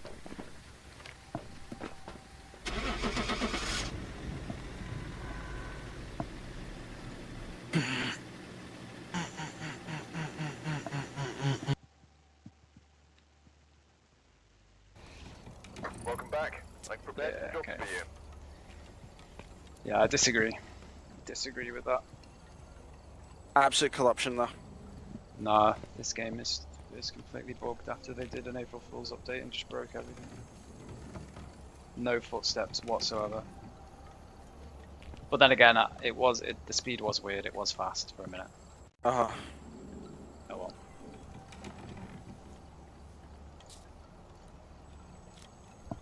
I'm gonna do one more as well, guys. All good.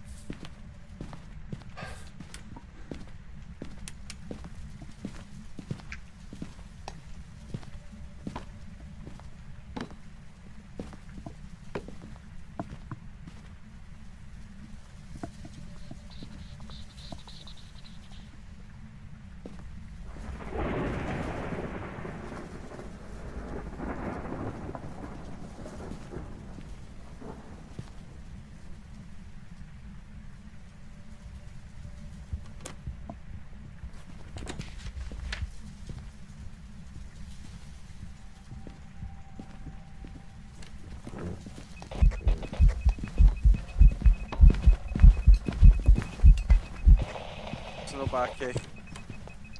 Oh, is it? I didn't even see that.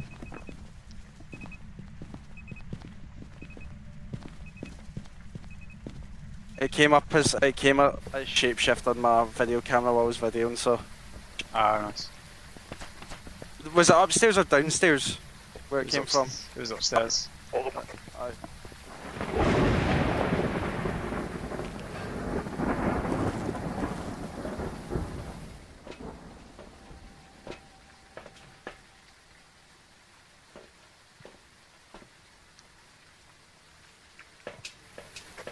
Hey, there's no ghost orbs.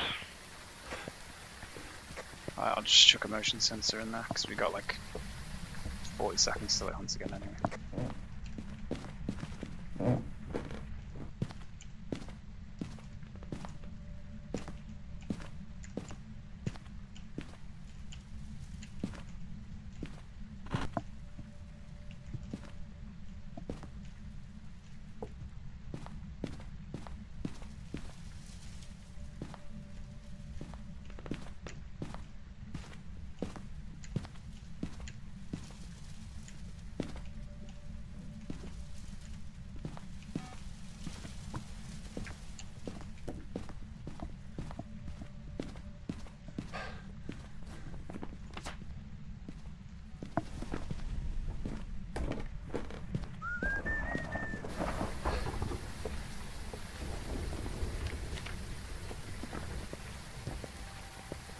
Are we just heading then?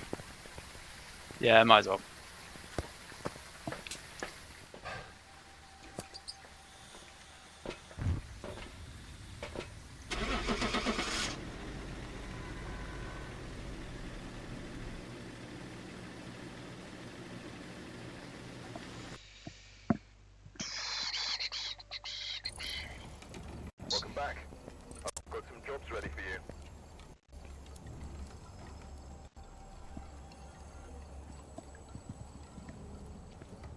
Right, I'm gonna jump off for a bit. Enjoy your day, lads. Yeah, I'm off. take care.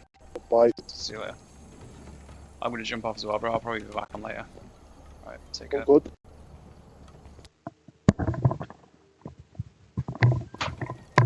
Welcome back. I've got some jobs ready for you. Into the negotiating table. Now, there's a lot.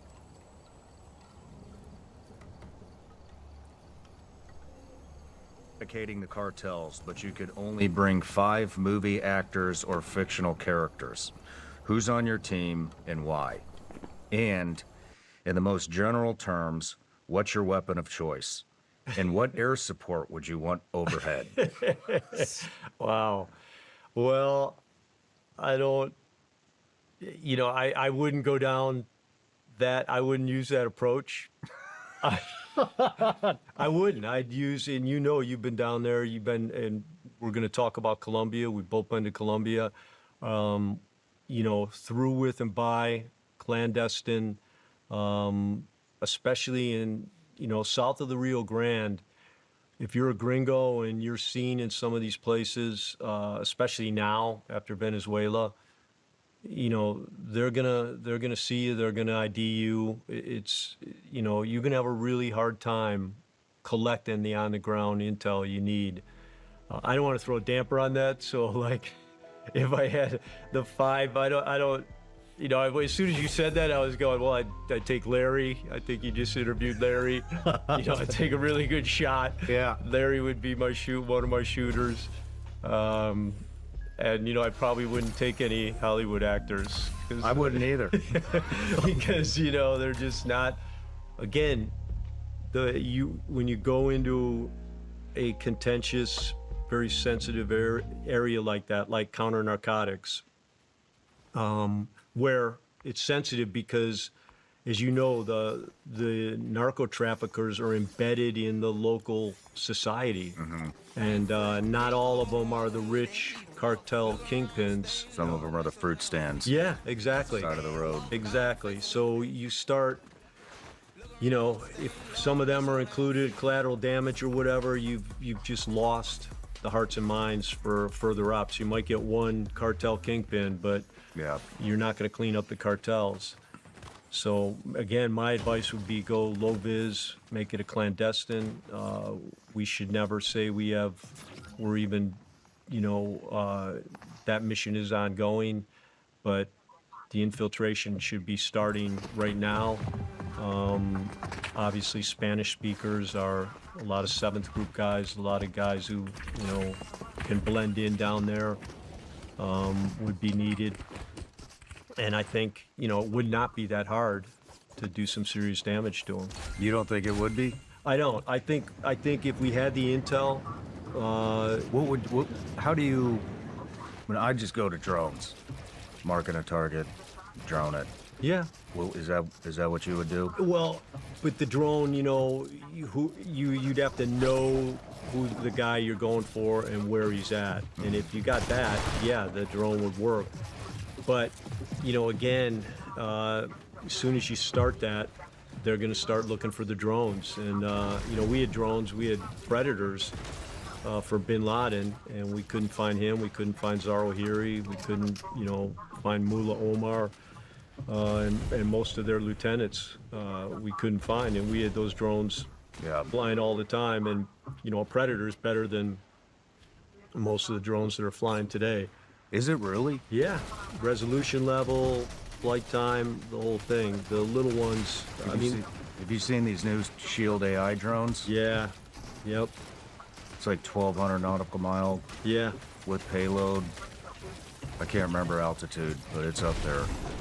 Yeah, and then remember the thing, end of 24, the supposed drone invasion in New Jersey and all that? Yeah, yeah. I mean, that was, everybody remembers that. Well, I told you I got a cabin in the Tehachapi Mountains, and so when you look south from where I'm at on the mountain, Edwards Air Force Base is right over to the east in the Mojave Desert there. And Edwards is where, you know, Skunk Works is and everything else, Northrop Grumman, Lockheed Martin. And they were doing the same tests I could, from my cabin, I was watching, and you could see what it was. They were testing the mothership concept. So the mothership is the big drone. It's got the legs, it's got the antennas, and it's got the power to power that antenna. So, you know, it can go farther, send signals back from farther away, but it gets to vicinity of the target, opens up its payload, and out come the mini drones. And the mini drones swarm the target or targets, and that they can go in complete silent mode because the only thing they're communicating with is directly back up to the mothership, and the mothership aggregates it and sends it back. But I was watching that. I was watching them test that in our mountains because they're completely, there's nobody in these mountains. They're, you know, replete with people. That's why it's so, I jumped at the opportunity to buy land up there. There's only 80 private parcels. So. Good for you. Yeah, well, you got the awesome. same thing here, man. This place looks fantastic. Yeah, but you know, it's not surrounded by protected land. So that was one of my prerequisites. It's surrounded by a bunch of land that's probably going to turn into a neighborhood here pretty soon. Yeah, you know, well, then you move again. Yep. You got a great, this is really, really nice. And thank you. Yeah. Thank you. Really So nice. weapon of choice. What would your weapon of choice be? It's still just, you know, a Glock 19 with the... Glock 19? Yeah, just Nice. a simple gun. You know, I've dropped it in the mud many a times. I slept with it. I had it in Iraq and Afghanistan. It was my sidearm. You know, it always functions. Yeah? I got a Trijicon sight on mine, Okay, I still red need dot sight. that blanket. I can hit anything with that, you know, up to Still 100 need that meters. And blanket. again, I've got... I got you a little something. What's I that? got you a little something. Oh. Let me Okay. It's not a Glock. But it is, Whoa. it's SIG's newest, what? Wow. That's yours? Squad rifle, yeah. Nice. It's the MCX Spear 556. So I got a friend over at SIG. His name's Jason. I told him you were coming on. He got all excited. He's at SHOT Show right now. They're talking about this exact thing. But, and then also, Is I this got a... the new silencer on here? Yep, so I got a friend at Silencer Shop, and they heard you were coming on, so they wanted to throw a can on there. Who makes this? I believe that's a SIG Yeah. suppressor as well. Okay, So the wow. suppressor's from Silencer Shop, Yep. the rifle's from SIG, and that's going to be the new squad rifle for supposedly all the U.S. military. But Wow. they're going to do it in this new round 6.82. Wow. But That's awesome. yeah, maybe we could break that in a little bit later. Yeah. So yeah, they're going to send you one. Are you kidding me? No, I'm not kidding you. Wow. They're going to send you the exact same thing. So maybe that could be your weapon of choice. Yeah, it will be, man. But look good up there on the mountains. Yeah. But so yeah, they'll send that to you. Oh my God. Well, tell them thank you. I'm ecstatic. It'll have a place in my hidden safe up in the cabin. Right on. And there was one follow-up question here. So, if Delta Force was unleashed on cartel leadership in real life, what's your honest timeline to dismantle them? Again, I don't want to sound like a contrarian, but I wouldn't put a timeline on it. You know, one of the things I think Putin did for Russia was he never told his generals there's any time limit on, you know, take this sector. There's no time limit on you taking it. And a lot of people don't understand that. It's you know, the Russians have incredible strategic acumen. They always have. If you go back, read about the Eastern Front, you're amazed at what they did, how they crushed the Germans, you know, big corps of Germans at a time. And all through their strategic acumen, they think deeply about strategy and then they implement it over time. So on the cartels, if the unit was doing it, I'd go back to what our other, you know, the answer to the other question. I would have them lead with plenty of other guys, because you need all fluent Spanish speakers. So you're going to need to pick from a bunch of special ops units. And I would just give them the mission would be develop the situation. Get them a base somewhere they can operate. And then, I haven't looked at whether that should be, where that should be. I'm sure someone with current Mexico expertise would be able to tell us that. So have kind of a base of operation, have these guys, out working with. The tough part about it in Mexico, I think, is it's really hard to trust anyone in the Mexican military or Mexican government. And that's not a derogatory thing. It's reality. It is. Yeah.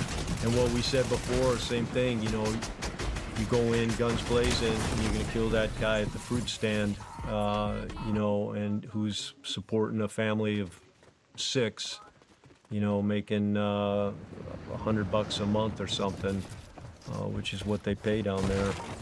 And it would backfire on us. So I just think it's an incredibly sensitive thing, and it requires an incredibly sensitive approach. How dare you! Clandestine as much as possible. Through with and by if possible. And again, my expertise in Mexico is not current operational, so there may be some people we can trust there that have been vetted. I don't know that. Do you feel like, I feel, just from my experience, when we're comparing cartel to terrorists, I think those are kind of apples and oranges. And here's why. I think that terrorists, the ones that you and I are accustomed to fighting to, man, I hate to say this, but it is, for lack of a better term, more respectable than a cartel member. Because terrorists are fighting for what they believe in, what they believe to be true, their values. Cartel is a fucking transaction for money. And so, he really burned if you were him. to, it's harder to infiltrate somebody whose motivations are not financial. It is a religion to them. It is their values. It is their fucking core as a human being. But a cartel member is a prostitute. And all you have to do to win a prostitute over is pay him more money than the next guy. Yeah, that's a great point. But that's the kind of thing. So, if the mission comes up, guys, we want you to do this. Tell us, come back and tell us what you can do. That's the kind of input, that's needed. Brainstorming, multiple thought processes on the best way to do it, and then neck it down and figure it out. And a little bit I'm speaking from experience, because I had the privilege of being part of both going after Pablo, and then we're the guys who captured the intel that captured the Cali cartel. Mommy, can I get a order of we did both of those were through with and by. Despite what some people have said in a few books, the Colombians killed Pablo. There was the DEA guys came out and took pictures. As soon as they heard he was dead, they flew out of Bogota into Medellin, drove right to the target and took those, happy to glad pics, which I think was a massive mistake, because they're smiling over his body.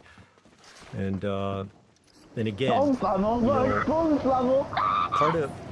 part of any operational space that we enter, as you got a picture of Yemen up there, Afghanistan. You've got to respect the culture and the history of that country. And one of the things I would just remind everyone, even at further ops in Venezuela, is everybody south of the Rio Grande, grew up with Grenada, Panama, and now Venezuela. And so it was explained to me by the chief of staff of the Guyana military. We were down there doing jungle training in Guyana, and he said, well, will the helicopters fly after that? And I was like, well, they fly out, they can go around the capital city and then come back. And he goes, Peter, sit down, let me tell you something. And then he explained that to me. He said, everyone down here goes to sleep at night, and when they hear a bump, they don't necessarily think it's a criminal. They think, is this the Americans invading our country? Wow. Yeah, and he was very sincere about it, and I could tell by his seriousness, and I never forgot that. And that's a big part of what we did in Colombia, and I think it's a big part of what we'd have to do in Mexico. I've been to Mexico. I tried to open a business there. So I went to Guadalajara 15 times. We almost signed a contract. The last minute, COVID happened. And what kind of business were you going to open there? An armored car business, armoring cars. So I had a company. I'm just in the middle of selling it. I'm closing the deal right now, selling all my shares, which, it's just time to do it. And I'm selling it to my partner. So, but until that closes, I can't talk about it. But we armor civilian vehicles. So we've been doing that since 2018. Do a lot of undercover cops. Do a ton of, exec VIPs.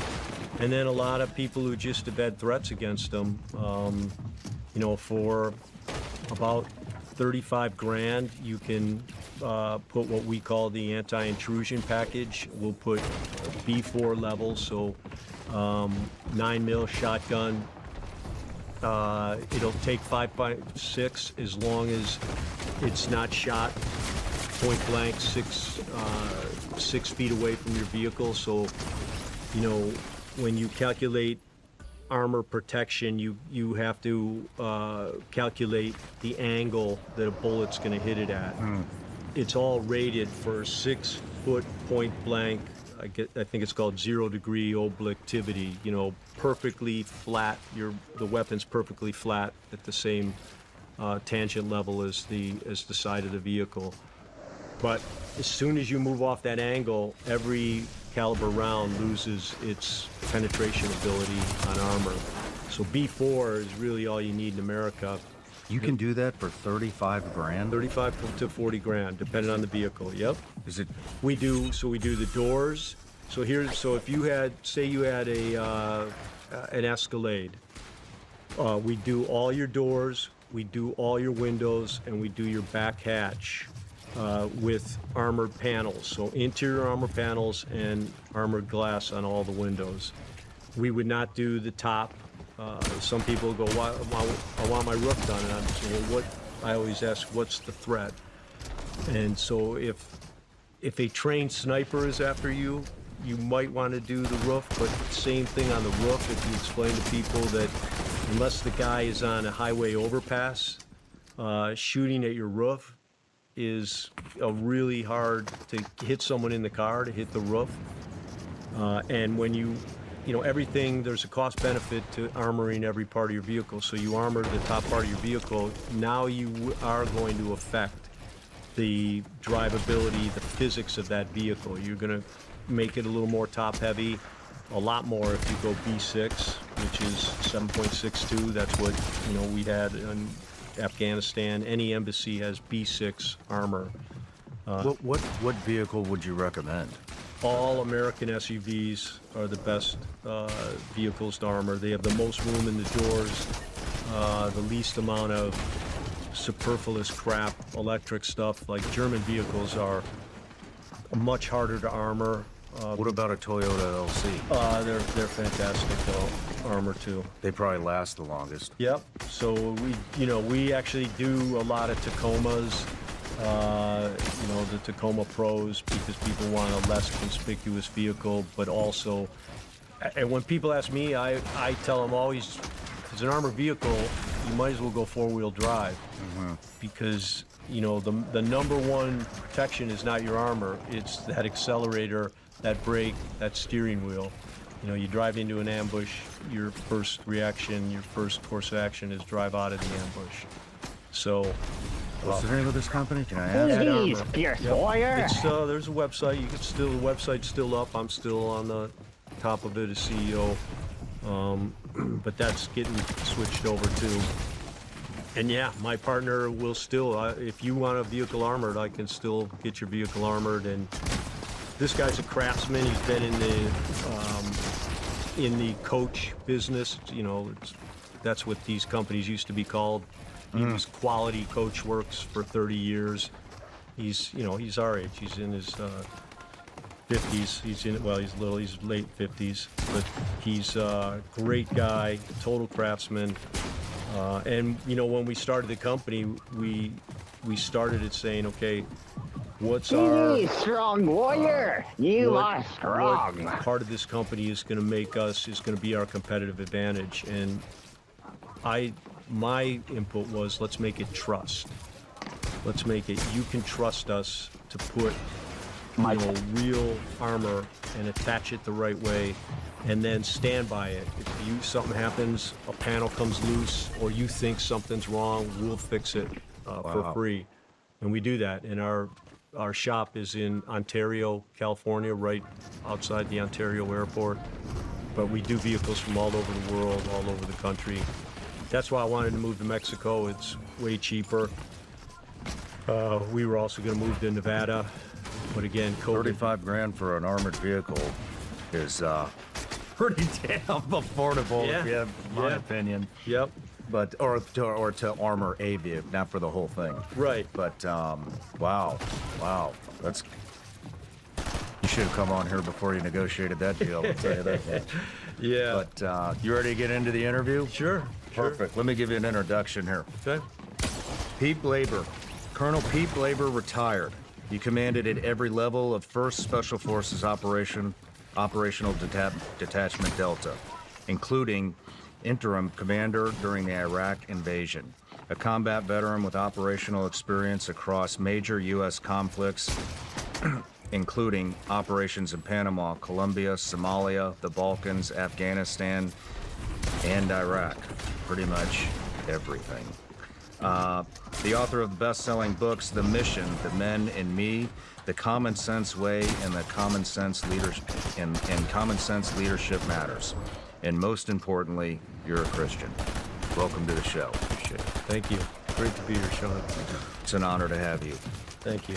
And so a couple things just to knock out before we get to get in the weeds here. So I have a Patreon account. It's a subscription account that we've turned into one hell of a community. I think it's 100 and something thousand strong now. And they're honestly, they're the reason that I was even able to start this show. And they're the reason that I get to sit here with you today. So I offer them the opportunity to ask every single guest a question. This is from S. Grove 140. Given the levels of fraud, deceit, and complete betrayal by the U.S. federal government over the last 30 to 40 years, how can you best convince our next generation to want to step into your shoes? It's a great question. I'm proud. You are strong. You know, I think you gotta believe. I think you gotta believe in what this country stands for. Certainly right now, I would tell anyone that the country is in as good a shape as it's been in a long, long time. I mean, even in Trump's first term, unfortunately, you know, they put cement shoes on him. 16 to 20, they were right. The accusations started. The Russia hoax started in 17. He was completely sidetracked by that. He didn't have the right, you know, individuals, I think, in the key positions. Probably a little bit of naivete by the president, which I don't find at fault. You know, one of the reasons he makes a great president is because he's not a politician. But as you know, having the key people in the right in charge of the right agencies is absolutely essential to,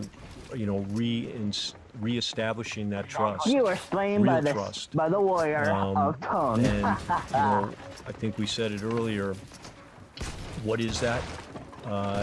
It's people who understand that they serve the people of this country, and everything they do is about the greater good. Every decision they make is about the greater good of this country and the people in this country.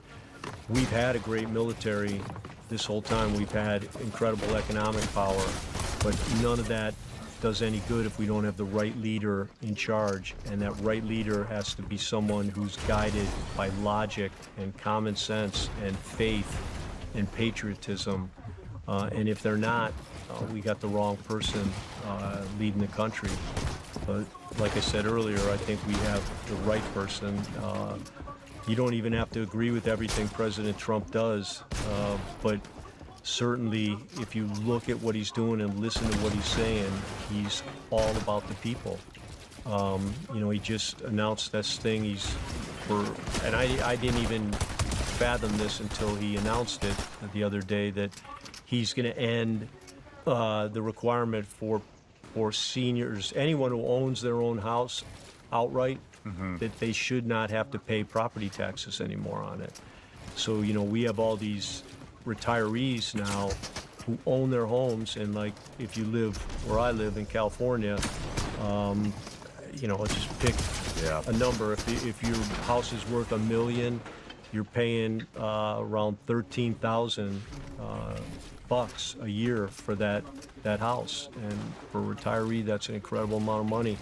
And that's one of those things that's not going to help the government coffers, but he understands the things that need to happen, and they need to be for the people. And his income tax thing, the tariffs, historians will look back on this and just look at the body of work, look at the logic of why he's stated he does what he does, and I think the historical record will be shocked that there's actually politicians who are against all these things.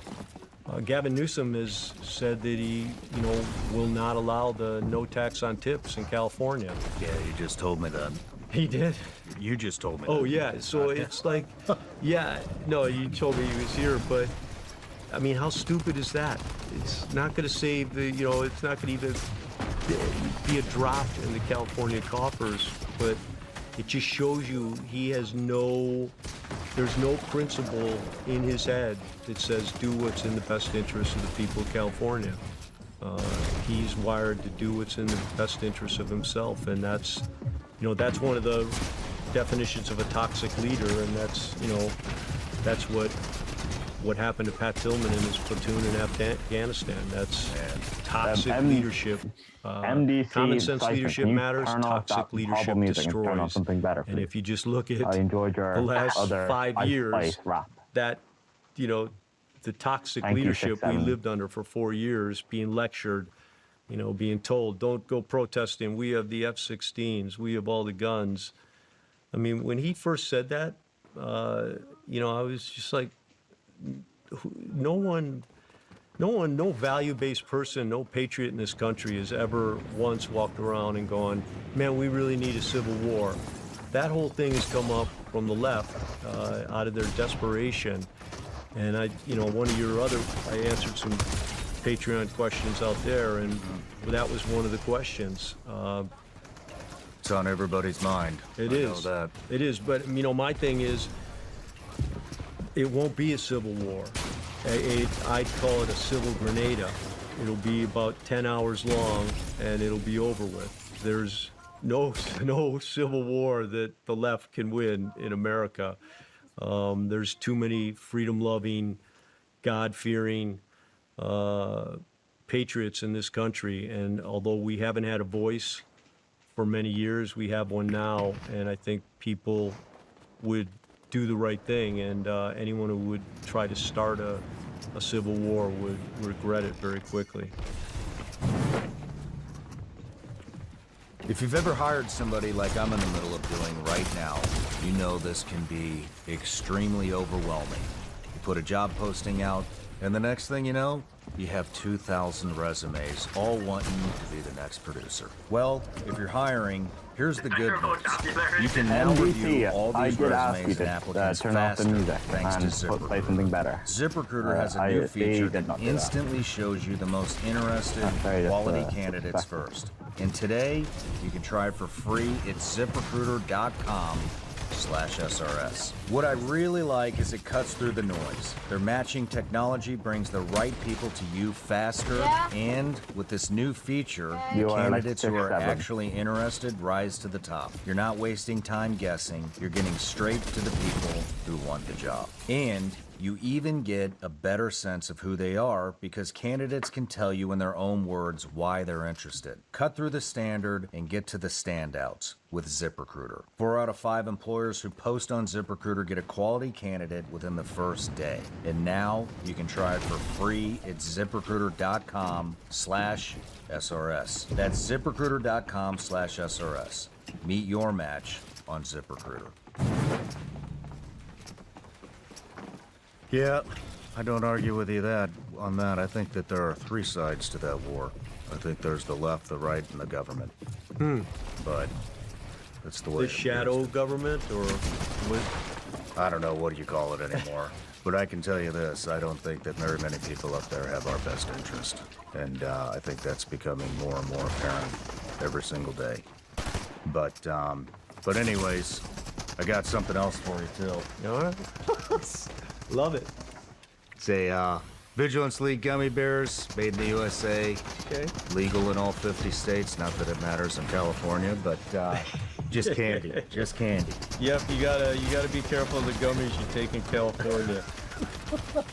Find yourself. That's what I hear. Out in the backyard looking at the sky. But well, Pete, I want to do a life story on you, and I know you have a lot of stuff you want to talk about outside of your story too that I'm interested in particular Venezuela, the Ukraine wars, your thoughts on that stuff. But yeah, starting off, where'd you grow up? I grew up in Oak Park, Illinois. It's a suburb outside Chicago. Idyllic place to grow up. I was one of 9 kids, Irish Catholic family. Went to Catholic school, got my ass kicked by nuns. You know, I grew up on good old days. Yeah, on hose water, drinking hose water, not wearing helmets, and with one mission, just to have fun. And that was not the best mission when it came to going to school and scholastically. I was a horrible student. I used to tell people, the purpose of school is to learn how to be a stand-up comedian. I just wanted to laugh, and I was not suited for being cooped up in a classroom. But it was an amazing time to grow up. Even though school was hard, when I wasn't in school, I pretty much the same pattern of activity every day. I'd wake up, get a bowl of oatmeal, put my shoes on, and head outside. And my amazing mom would always say some version of the same thing. Stay out of trouble and be home before the streetlights come on. And back then there was no cellular phone / beacon on you. There were no text check-ins. Just freedom and independence. And there's some amazing studies, psychological studies have been done on people who grew up in the pre-digital era. So I don't put a lot of credence to the alphabetical generations, because I think more or less generations are in like 30-year bands. Mm-hmm. And within those 30-year bands, the 10-year bands all overlap, and then even the 30-year ones overlap. And the reason they overlap is because, the way you and me grew up is the way we try to raise our own kids. So if you grew up pre-digital, you should be taking some of those great things that we were able to, the conditions we had, because what this study showed is that growing up that way was incredibly beneficial, and It covered three things. The first was unstructured problem solving. I just want to say The that. second was something you. they call adaptive risk calculations. And the third thing was the ability to believe in and trust your senses. And you know, you can see all three of those. It was an aha moment when I read this thing. So let's just go back to you know, the daily itinerary of kids pre-digital. So after your mom tells you that, she kicks you outside and you're out in the backyard and you're like, okay, what am I gonna do now? So this is unstructured problem solving. So, you know, most of the time, first thing you think is, I'm gonna go get some buddies. I'm gonna hang out with some of my buddies. Can you please so whatever the type neighborhood you're in, what proximity's everything. You know, for me, I walked across the alley, knocked on the door, the back door. You talk to, you know, the mom always answers, you know, can Billy come out and play? And, Maybe some themes, you know, perhaps? every mom is like, yes, hey, get down here, Billy. You know, Pete's here, get outside. Pretty soon you got, you know, 4 or 5 kids. And, you know, you're in the unstructured problem solving mode. First thing is you're realizing, wow, 5 heads is better than 1. You know, more ideas, we can do more things, we can have more fun. But, you know, you figured it out. You realize I figured something out. It takes action to make action. I didn't know I was asking you know, for ages. you just did it. You just took action and found yourself Well, some I can friends. stop asking if you want And me then to. off you go. You know, no itinerary for young boys. You know, you don't know a lot, so everything is a potential challenge. Every tree, every rock wall, every construction site, especially, you know, which is like an obstacle course to a little boy, and every one of those is full of hazards. You know, this is what the School of Hard Knocks is, and it's why I think pre-digital, all of us, you know, there was never a moment we didn't have scabs on both elbows and scabs on both knees. And, you know, that's learning the laws of physics. I ran too fast. I should not have tried to grab that limb on that tree. And at some point along the way, you know, you're going to get one buddy, let's stick with the tree, who climbs up the tree. Come on, let's climb this thing. And it's just gonna be you and I me had a when friend I'm done who with you.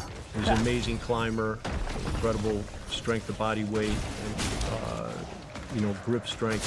He could climb anything. And one day he was on a tree limb, you know, yelling like Tarzan. I was like, "Hey, Danny, you better that's dangerous. You better stop that." Sure enough, the branch broke. He fell, broke his arm, and I never forgot that. And you know, this is part of this adaptive risk calculation. You're building your memory. You're building, you know, Rolodex of experience. Yeah, and so it's experience for you, your body, your mind. You know what you can do physically. You know what makes sense to you. And so when that guy says, "Come on, what are you afraid?" You know, on that one day, you say, "No, I'm not afraid. I just don't want to. It's not worth it climbing up that thing and breaking my arm. So let's go play baseball." And you walk away. And the real benefit of that happens afterwards. You realize you made the right decision, and you've now etched that pattern in your brain that, hey, you don't have to do stupid shit. If it doesn't make sense, veto it. You know, take care of yourself. And I've been asked many, many times, you know, about survival in combat. And, you know, I tell people one reason that I never got shot or seriously injured, you know, beyond luck, was that adaptive risk calculation. I was always thinking, is this worth it? Number one, what am I risking? How risky is this? How much do I know about what we're doing? And if you don't know a lot and there's a lot of risk to it, then it might not make sense. But you don't have that unless you've got the experience, and you not just the experience of you know, the conditions, but the experience of saying, I don't think that's smart. I don't think we should do it. So that's the adaptive risk calculation. The final thing is believing in and trusting your senses. And, you know, that obviously applies to both the same things, but where it really comes in handy is interpersonal relationships. You know, when kids are out it's the law of the jungle. And, you know, you're going to run into some older kids, you're going to run into some strange kids, and you learn right away that, you know, you have to understand who you're dealing with and that you can't trust strangers. You got to get some data on this person first. And, you know, I mentioned the school of hard knocks, you know, mistakes have consequences. You get your face washed out with snow, if you say the wrong thing, or kicked in the stomach. And, you know, I remember both incidents like that happening to me and my friends. And it was, you know, one time we were just hanging out with these older kids, and one of my buddies, you know, when you're 10, 11, 12, you say the word fuck as a comma. It's like, it separates the sentences you use. And when someone says something funny, this is still how I speak. Yeah, me too. You know, we'll probably, to the viewers, they'll probably see us regress to that during this conversation. I'm the same way. My son, when he hears me on the phone with my buddies, like, Dad, I've never heard you swear so much. I'm like, but I'm just back in military mode. But you learn to read people. You learn to pay attention to tone of voice, to the nuances of body language. And, you know, that's emotional intelligence. You're looking at a person, you're listening, and, you know, as we know, both those things, you know, kind of signal what a person's about to do. So, again, the real benefit is when you avoid problems, when you spot, hey, this guy's crazy. Let's get out of here. Let's not hang out here anymore. And same thing, you've now etched a pattern in your brain, and you realize that the only thing you got in the real world is your senses. And that's a biologic fact. You know, Ernst Mach, the guy who came up with the, you know, Mach 1, Mach 2, the Mach principle, was a German scientist. And in 1869, he came up with the Mach principle, which is just, there's no other way to prove scientific fact than with your senses. And so still to this day in science, if you have a new hypothesis or new theory, you have to be able to validate that hypothesis or theory with sensory information. Like, you can't say, yeah, I think you spelled when R someone says, wrong, well, where is it? And you say, well, it's invisible. not an equal sign, it's meant to be an Well, R. there's no such thing as invisible. Then the hypothesis that's or why- the that's theory why falls it's a apart. username. So believe in and trust your senses. It's all you got. It's the ironic thing is guys, we're that's streaming, though. He's even probably more insecure about important his high today voice. than it He's, was that's why he's muted. pre-digital, because there's so much fake out there. He just There's doesn't so have as many much testosterone as us. AI-generated video clips. There's so much He's a little propaganda. feminine. You know, if you haven't learned to take every news report with a grain of salt, every government report with a grain of salt, then you're missing a big lesson of our time. Yeah, okay, so again, showing us your you know, voice. Rock Foundation is believe in and trust your senses. And then the final thing from that study that I thought was interesting is that pre-digital, 70% of teenage boys had jobs, either after school, on the weekends, or, you know, and including all summer. And the majority of those 70% were not working to save for college, they were working to buy a car. And, you know, again, I'm reading this thing going, that's me. That's what I did. I bought my first car, was a 72 Impala for $250. It had 170,000 miles on it. It had a hole in the passenger side floor that I had to cover with plywood in the winter because slush would fly up.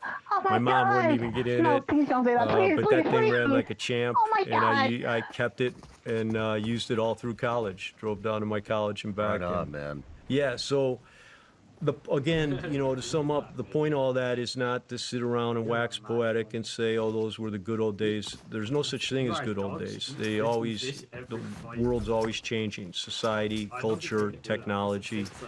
But we can take those foundational aspects of human nature, unstructured problem solving, adaptive risk calculation and believing in and trusting your senses. And we can understand how important those are to the development of the brain. And we can apply them and make every effort for our own kids and the society around us to allow that back, to have that as part of the way kids grow up today. You know, big kudos to our parents. Today, you know, they call parents helicopter parents. They're hovering over their kids all the time, ready to swoop down as soon as they run into an obstacle or get hurt or have a problem. Our parents are called Home Depot parents. And Home Depot parents are parents where when you think you need something, you can't find anybody to help you. So you look around for a while, you still can't find anyone. You say, shit, okay, I'm going to figure this out. And so you use deductive logic to figure out what aisle this part is you're searching for. And then you go down and find the part. Have you ever heard of Christopher Miley? Whether it's a toilet or electricity thing. And you start flipping them over, reading the specs on it, comparing them to the specs you brought. And you end up making a decision. I'll take this one. And you go buy it. And again, the real benefit of it comes at home when you find out that's the right part. You're like, I did that. I did it on my own. Yeah. And so, you know, we can also try to be more Home Depot parents than helicopter parents. Yep. So that's my certainly agree with you on that. Yeah. So that's my childhood. At high school, I ran cross country, played hockey. I went off to Southern Illinois University in Carbondale. It's at the southern tip of Illinois, about 350 miles from Chicago. The farther away, the better. And it's an amazing place. It's where the Ohio and Mississippi come together in the bottom of the state. The glaciers of 10,000 years ago did not reach southern Illinois, so it's still full of massive hills, ridges, rock outcroppings, cliffs, lakes, and 275,000 acres Shawnee National Forest.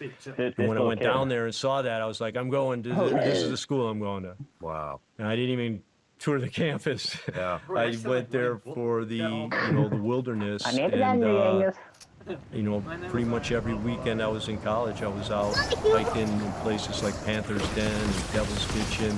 Yeah, you gotta be careful in here. It's the first People time like, I used my own money to buy a book. here. You gotta I was watch a being expert with the map and compass by Bjorn Kellstrom. Yeah, I learned how to navigate, what terrain features were. Little did I know I was, inching my way toward joining the military. I didn't know that at the time. No kidding, it wasn't even on your radar? No, my first year, I think, was when the Iran hostage rescue mission went awry. Desert Run. Okay.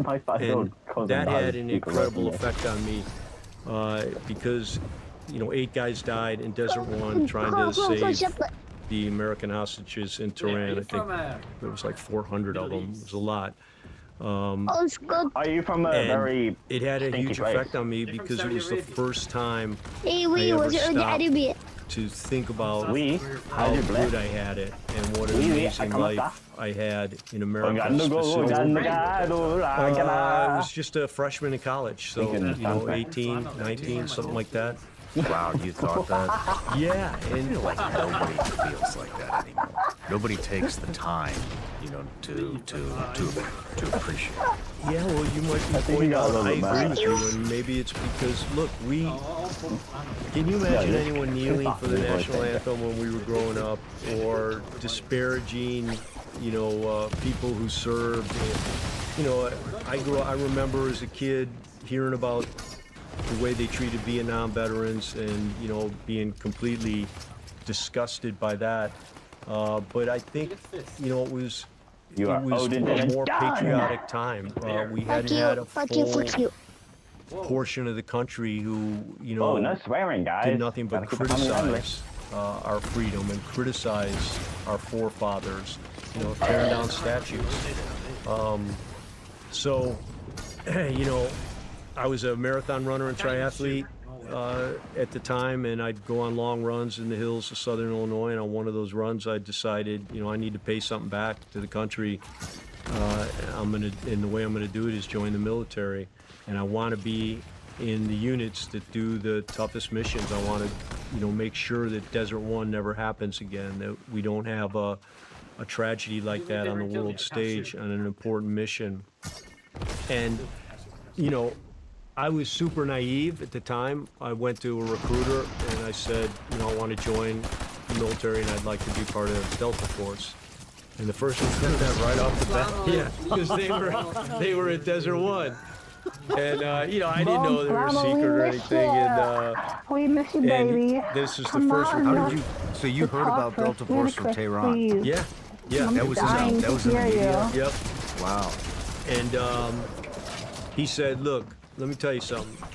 The only thing going into Special Forces is going to do for you is, when you get out, is either make you a criminal or a hitman. And I got up from my chair and walked out and found another recruiter in the next town over.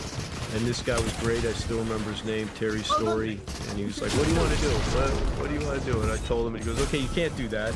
But here you can get in, become a ranger, and then become that. I said, okay, well, how do you do that? And he goes, well, you can join to go in the infantry and then rangers, or because you have a college degree, you can volunteer for OCS.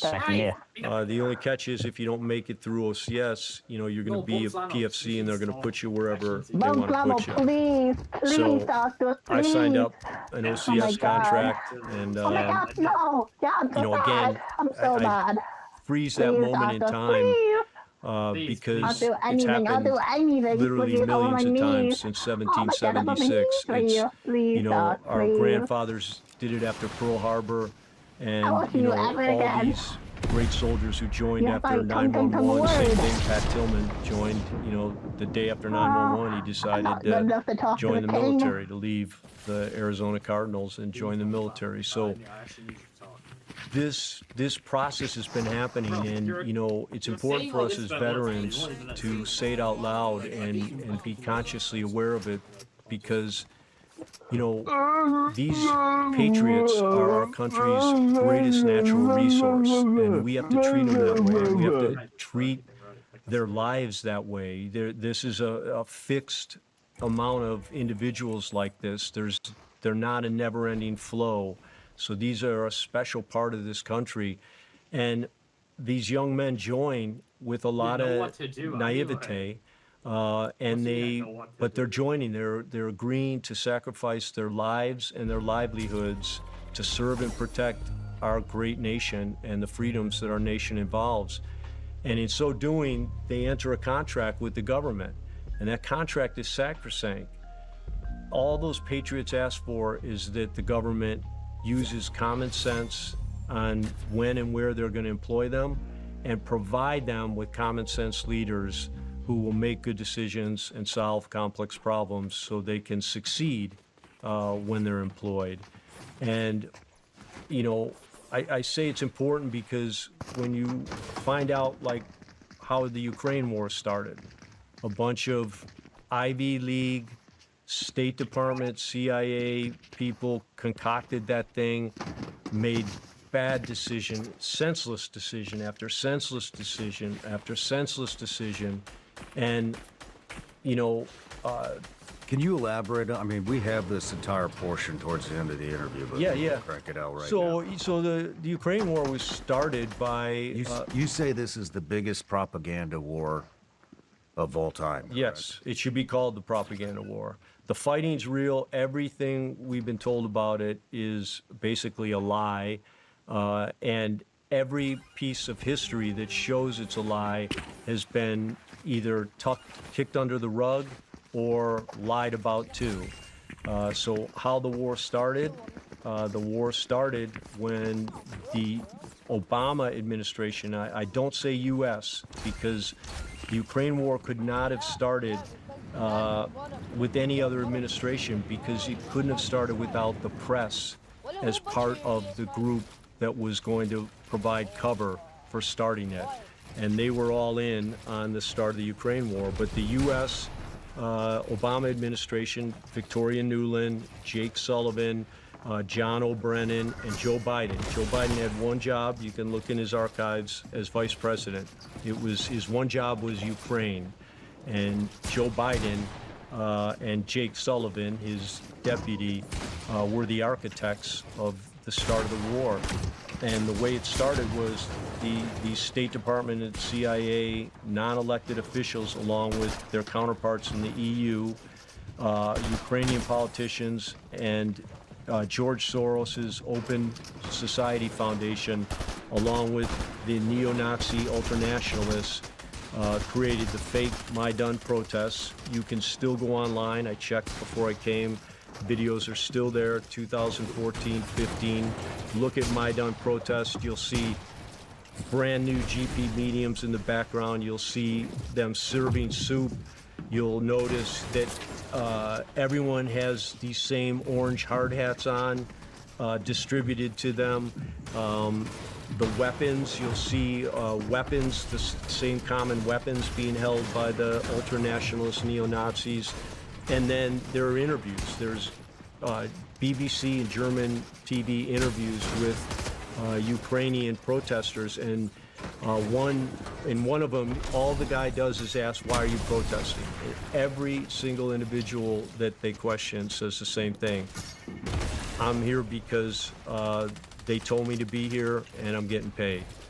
And so Victoria Nuland admitted afterwards that the U.S. spent $5 billion in USAID funds to bribe all these people and to make it happen. And in February of 2014, the culmination of the Maidan protests was the violent overthrow of the Viktor Yanukovych government, the duly elected government of Ukraine. He was elected not just by Eastern Ukrainians, but by Western Ukrainians.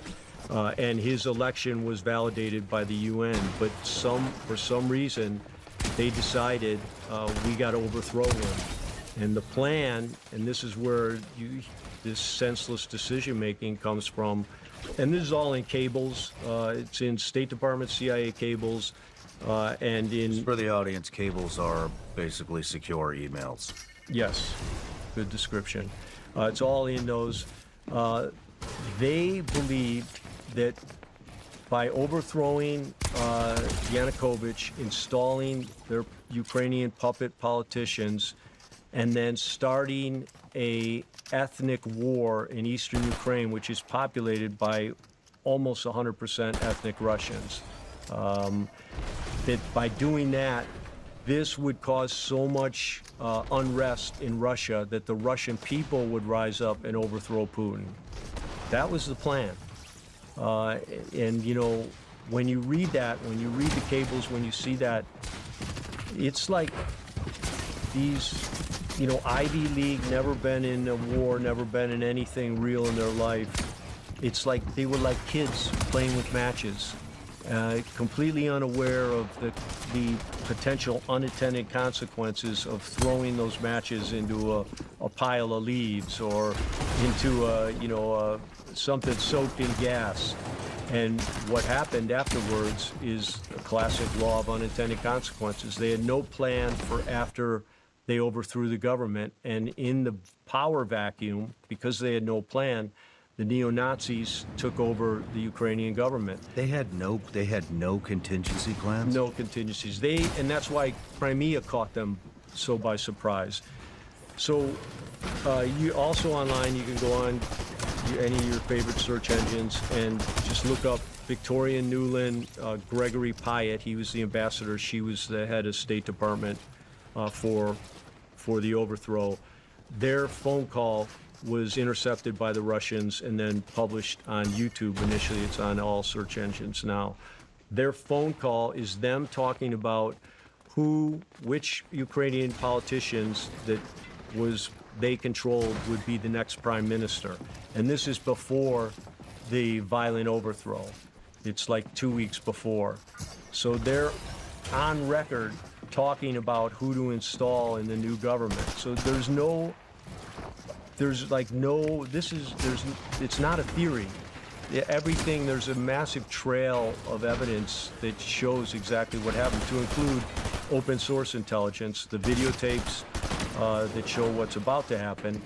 So when the neo-Nazis controlled the 5 key ministries of the Ukrainian government, to include the Ministry of Defense, John O'Brien was the head of CIA then. He flew in the day after they overthrew the Yanukovych government, met with the head of the Ukrainian intelligence and the head of MI6.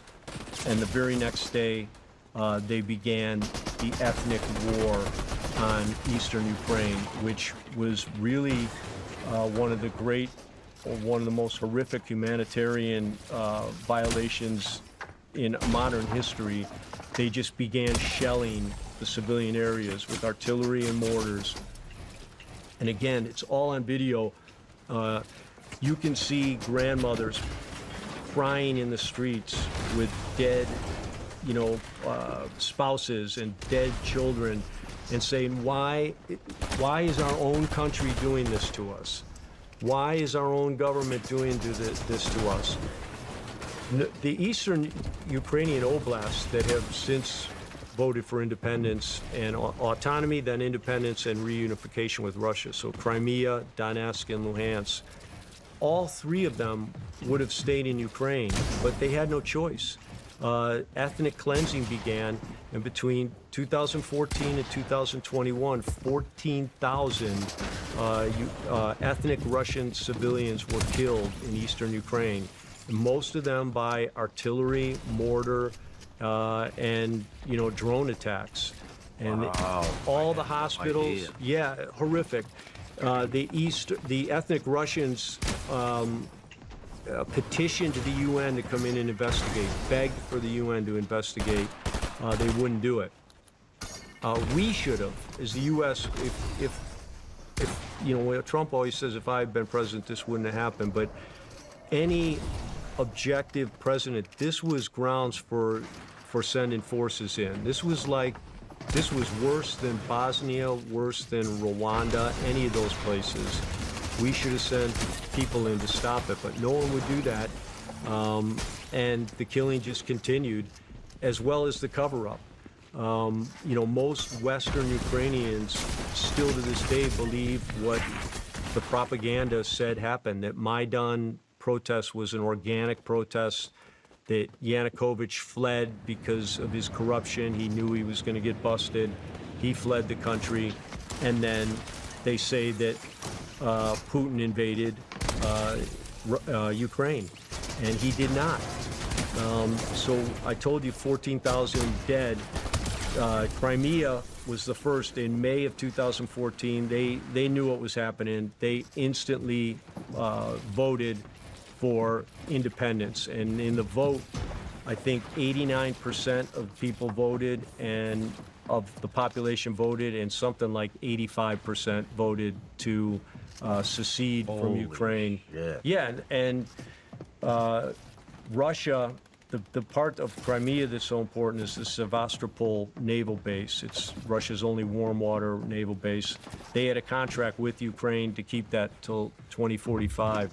They just left the base and helped the Crimeans secure Crimea. But Donetsk and Luhansk begged for Russian help.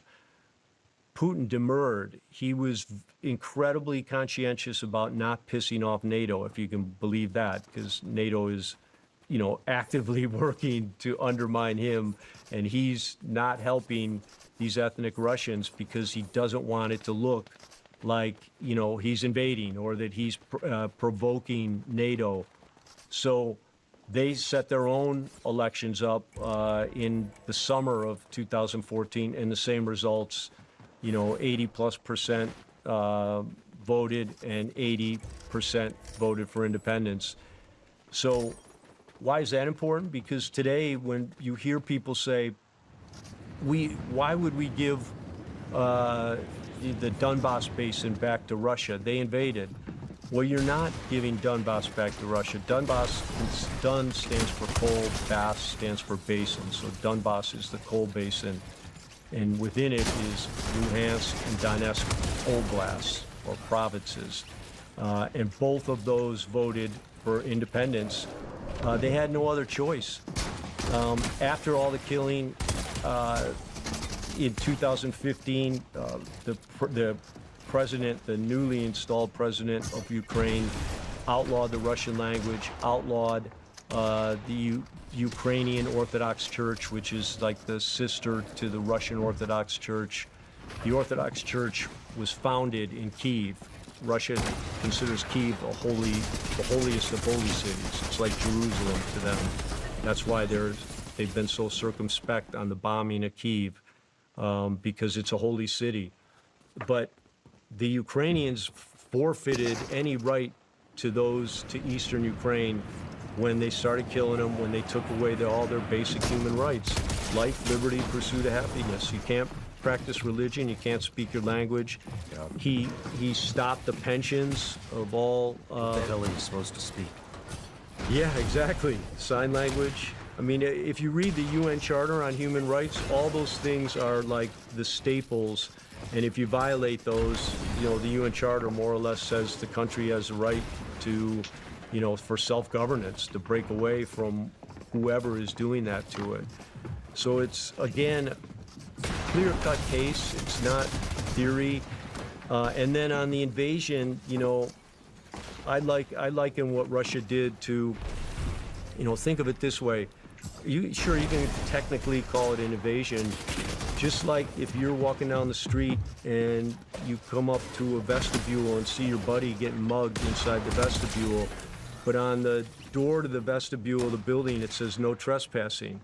Well, you fucking kick that door in, smack that mugger on the head, toss him out, and save your buddy. Did you just trespass? Well, I guess technically you did, but no judge, jury, or common sense human being is going to say you shouldn't have trespassed. It's the same thing Russia did. 14,000 ethnic Russians slaughtered, begging him for help, begging for humanitarian assistance, and finally he just broke into that vestibule and to save his people, ethnic Russians.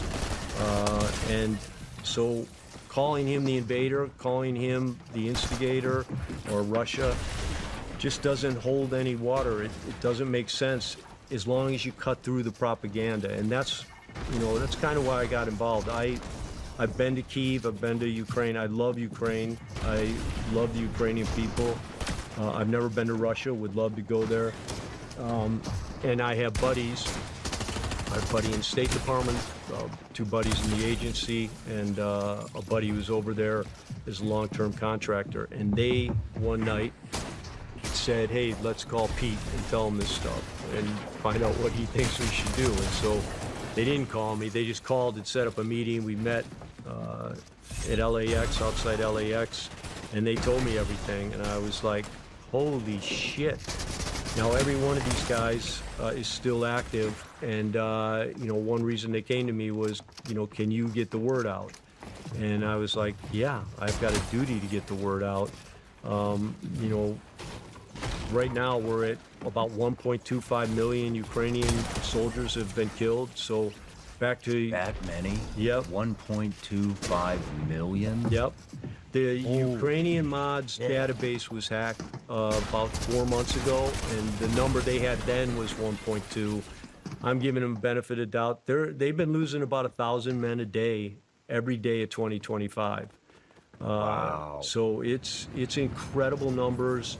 You can, I'm on about 5 or 6 different Telegram channels that I subscribe to, and there's some great independent reporters. I think he might have had one of them on, Patrick Lancaster. You have him on?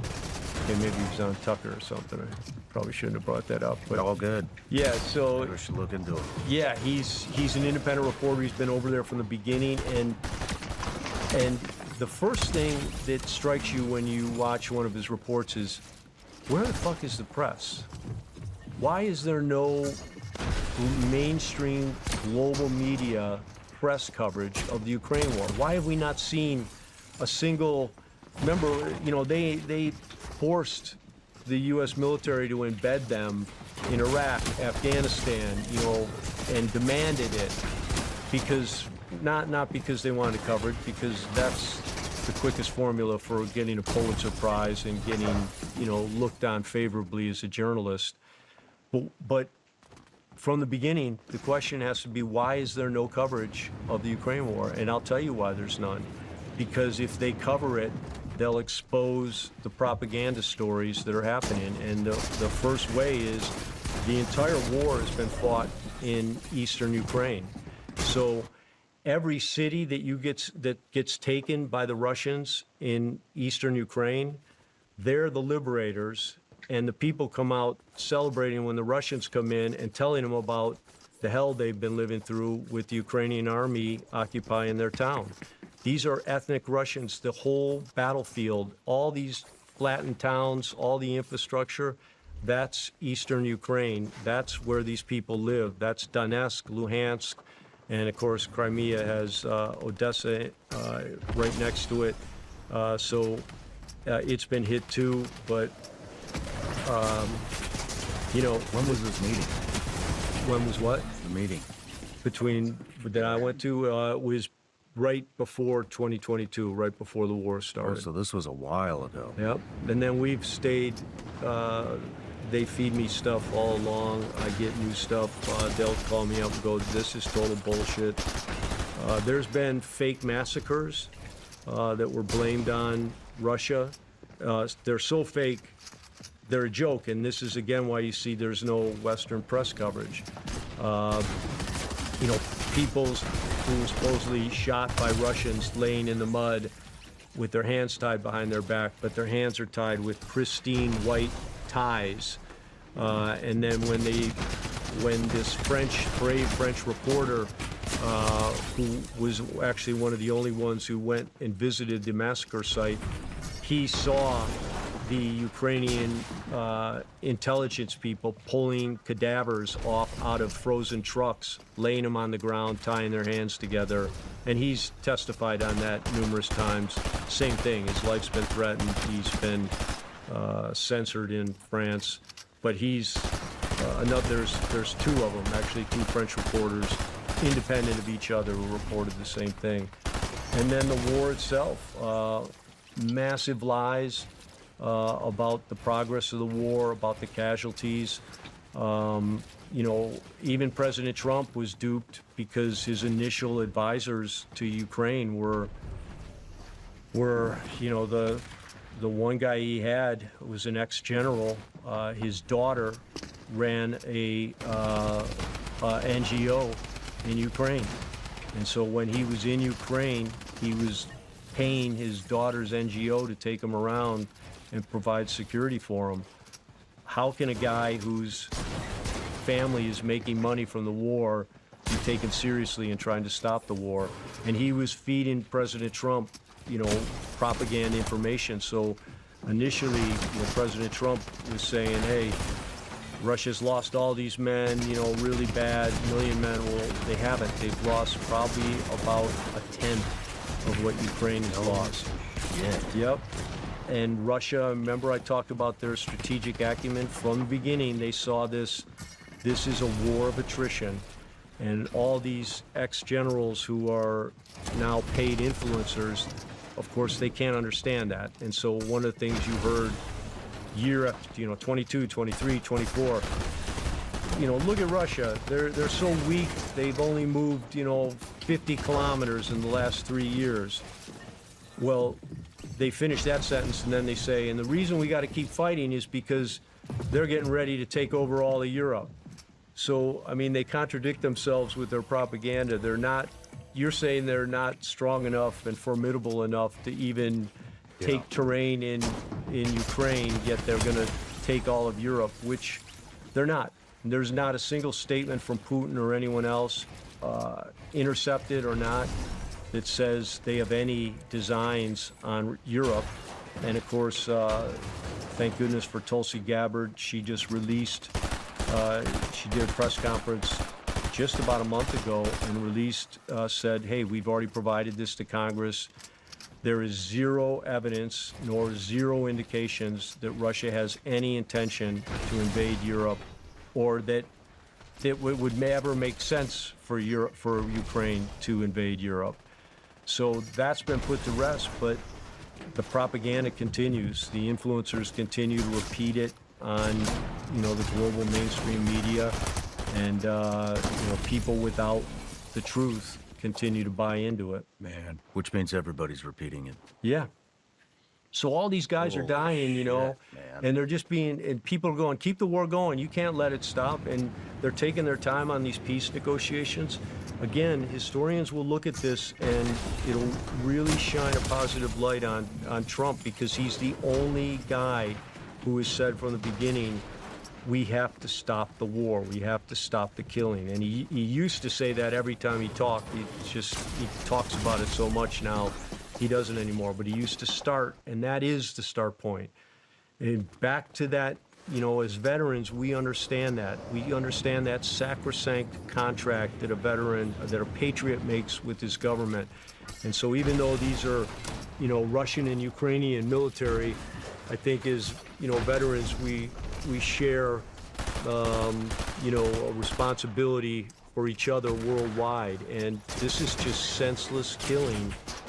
And the really sad thing is that Ukraine, without knowing it, is being absolutely decimated because these people are telling them to keep fight. You can win. We're going to be behind you. And they're not. And they can't win. And they're in a position now where not just manpower, but military-industrial complex, and then their command and control and leadership is so contaminated and so dysfunctional, they just have no chance against the Russians. I wasn't expecting to hear all that. Wow. Yeah, and again, most of it is still open source available, so anyone can do it. If people want, I've got a long-form article on my Substack page, peteblaber.substack.com. It's the chronology of the Ukraine war. I expose it all. I provide the facts. I have hyperlinks to videos, hyperlinks to pictures, it's horrific. Mike Benz coined this, and he was right. He said the overthrow of the Yanukovych government started the censorship industrial complex around the world.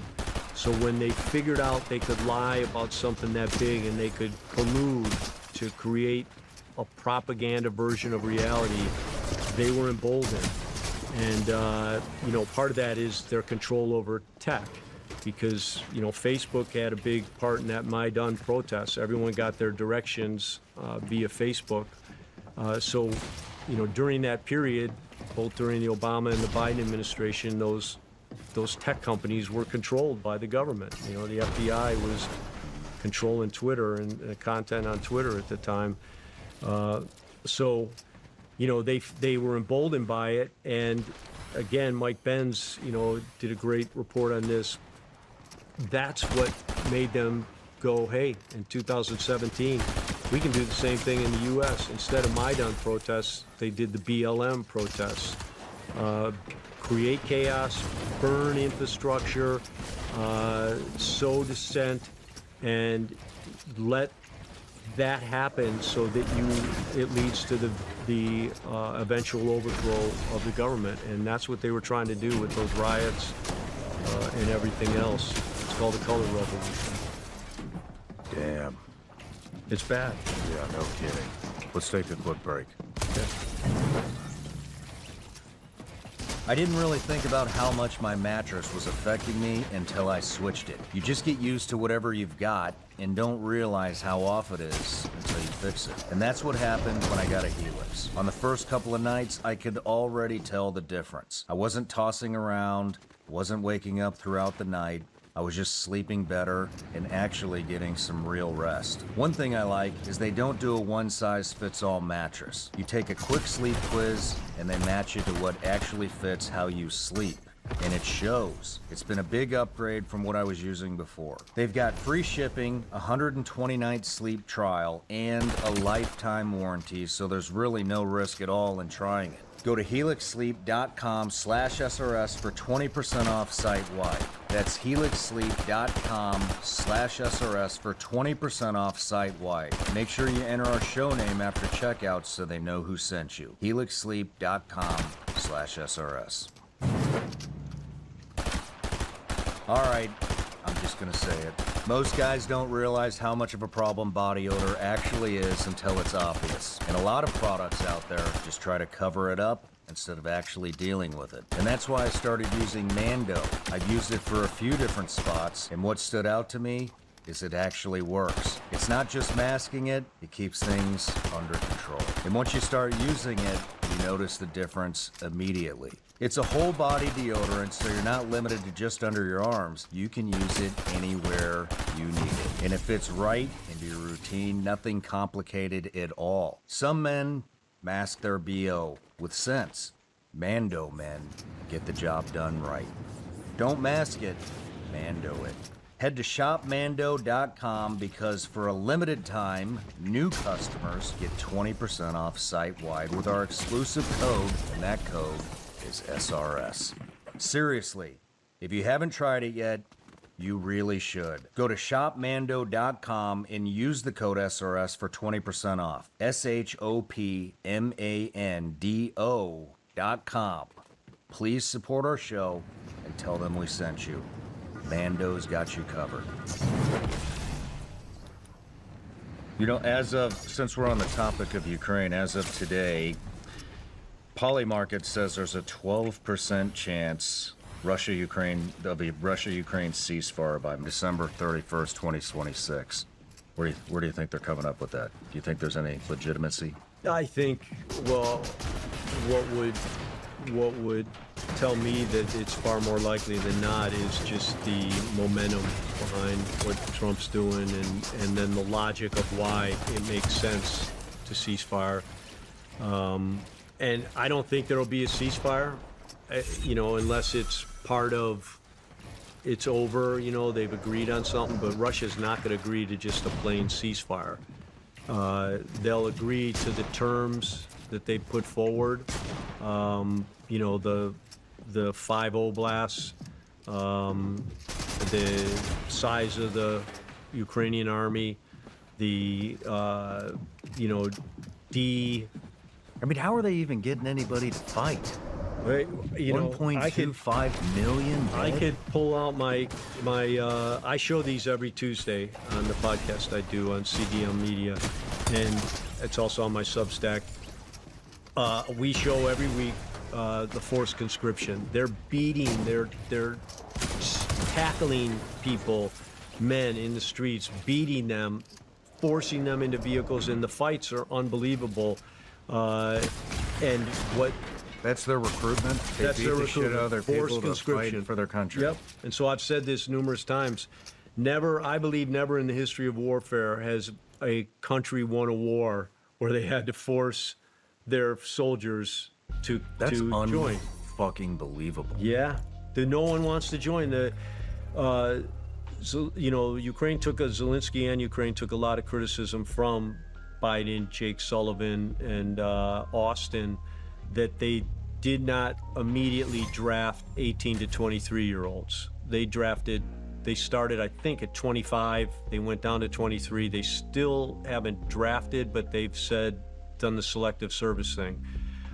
But when Zelensky established martial law, he closed the borders. So 18 to 23-year-olds were not allowed to leave the country. He just changed that about 6 to 8 weeks ago. The day after he did it, every border crossing was swamped. All the 18 to 23-year-olds pretty much have either fled. Yeah. And what does that tell you? It tells you that the messaging, 1, 2, 3, what are we fighting for, doesn't make sense to the actual people who are supposed to do the fighting. So when you have these actual citizens of Ukraine fleeing, fighting for their lives, bystanders join in and help the recruits against these forced conscriptors. You'll see the massive fights. And women, too, come over, they start beating on these guys. Let them alone, let them alone. This happens every day all across Ukraine. Because the logical why doesn't make sense. They see people disappear. They realize the truth is, whispered among the people of Ukraine, what's really going on, who's really trying to win this war, whose war it really is. And it's not Ukraine. It's the EU. It's the globalists. And they're the ones telling Ukraine, keep fighting to the last Ukrainian. But the Ukrainian people, the ones that are, you know, the go-to-war age, are having nothing of it. So they basically don't have a country. No, they don't. It's not a real country. And that's not nothing against Ukraine. I love Ukraine. I love the Ukrainian people. But if you just take what Zelensky did, so first off on Zelensky, you know, in 2018, 2017, he became the lead in a comedy show, Servant of the People, which the producers of which like, you know, famous producers in Hollywood, were two of the biggest oligarchs in Ukraine, multi-millionaire, billionaire oligarchs. The head, the billionaire, decided, hey, and probably in cahoots with the Biden State Department and CIA, because they needed a candidate. They needed someone for the 19 election, and it had to be a stooge.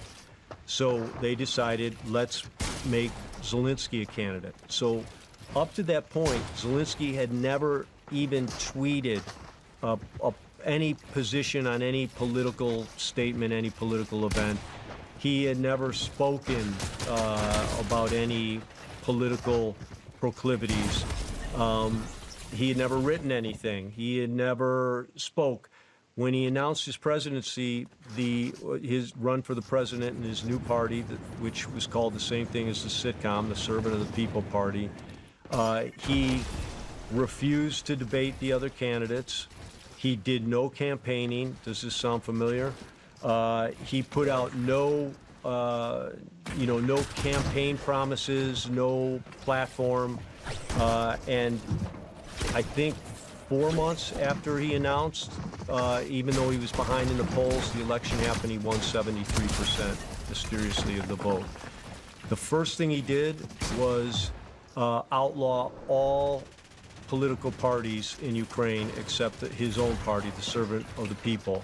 And by outlawing them, making them against the law, this is, if you read the definition of a totalitarian regime, that's what they do. There's no, they outlaw competition, political competition. So what that did was allow him to take over a supermajority of the Rada, because all these other people in the Rada, that's their Congress, were not allowed to run.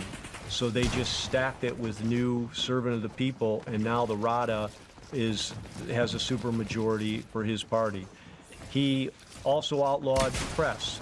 All independent press, newspapers, television stations were shut down.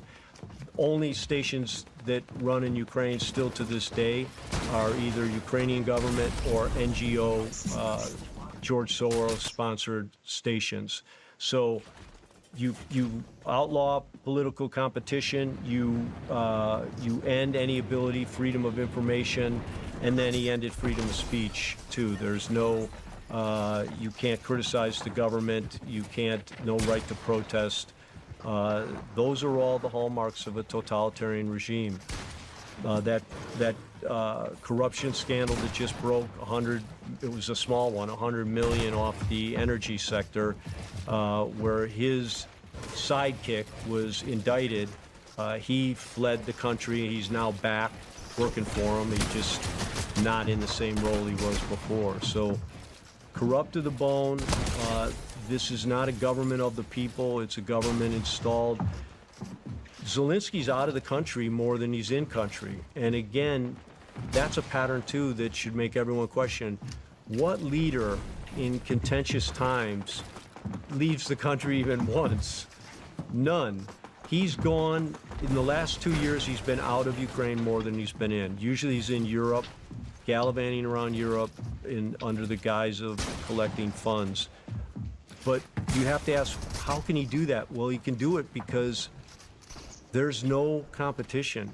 He's the stooge, and he's earned his right to maintain that from his EU handlers, from his globalist handlers, and from he's got American handlers too, the neocons, The left, the people who put him in power from the Obama and Biden administrations, still want him to stay in power. They still keep the propaganda going. But the reality is men are dying by the thousands every day for no reason. Fake war. They don't even know what they're fighting for. They're definitely not fighting for Ukraine right now. And their leadership is also just a canard, something other than what it seems to be. Well, I can see why there's only a 12% chance of a ceasefire by March 31st. Yeah, he's not having any of it. Trump just said it a few days ago that Zelensky's the main barrier. He said Putin's already said, hey, I want to end the war. And finally, Trump's got good information. He's saying it now. He's talking about the Ukraine, over 1 million casualties. He's talking about they can't win. They have no military-industrial complex. So if you can't make bullets and beans along with ammunition, weapons, how can you fight an ongoing war against a superpower? And let me answer that for you, because we send them all of our shit. Yeah, very true. Billions of dollars. I think 300 billion we sent them with no strings attached. Do you have any insight on when they will run out of manpower? They're I think they're there right now. So Russia brought in 443,000 recruits last year, just to give you an idea of the standard. No one knows what Ukraine brought in, but it's believed to be somewhere in the double-digit thousands, so 50 to 99,000. So that right there just tells you, they can't keep up. And on this battlefield, Ukraine doesn't rotate their forces. If you joined in 2022 and you're still alive, you're still out there. There's no ETS date, which every soldier, is counting off the days till they get to go home. We talk about you fight for the guy next to you. Yeah, you do, but your foundational, what you're really fighting for is to go home to your family and, where you live. And they don't even have that. So they're dispirited. The command and control, the leadership of Ukraine is dysfunctional as can be, and we, again, the Obama and Biden administrations who were the architects, along with the rest of NATO. The Brits have been hand in hand on everything. The French and Germans, to a slightly lesser extent, trained this army, and it was the same mistake we've made everywhere, from Vietnam forward. They decided we're going to build an army and it's going to be a NATO-compatible army. So everything they built was to make it by the standards of NATO. And you can't, the lesson of Vietnam was don't try to build an American army in another country, a second world country who's got its own tradition of military customs, courtesies, protocols, and just ways of fighting. And it's the same thing in Ukraine. Most of the generals were Soviet trained. In fact, the commander-in-chief of Ukraine right now speaks Russian, was trained in Russia, Syrskyi. But, they don't care. Zelensky's in on the decision-making for combat. They're letting their guys die in these cities.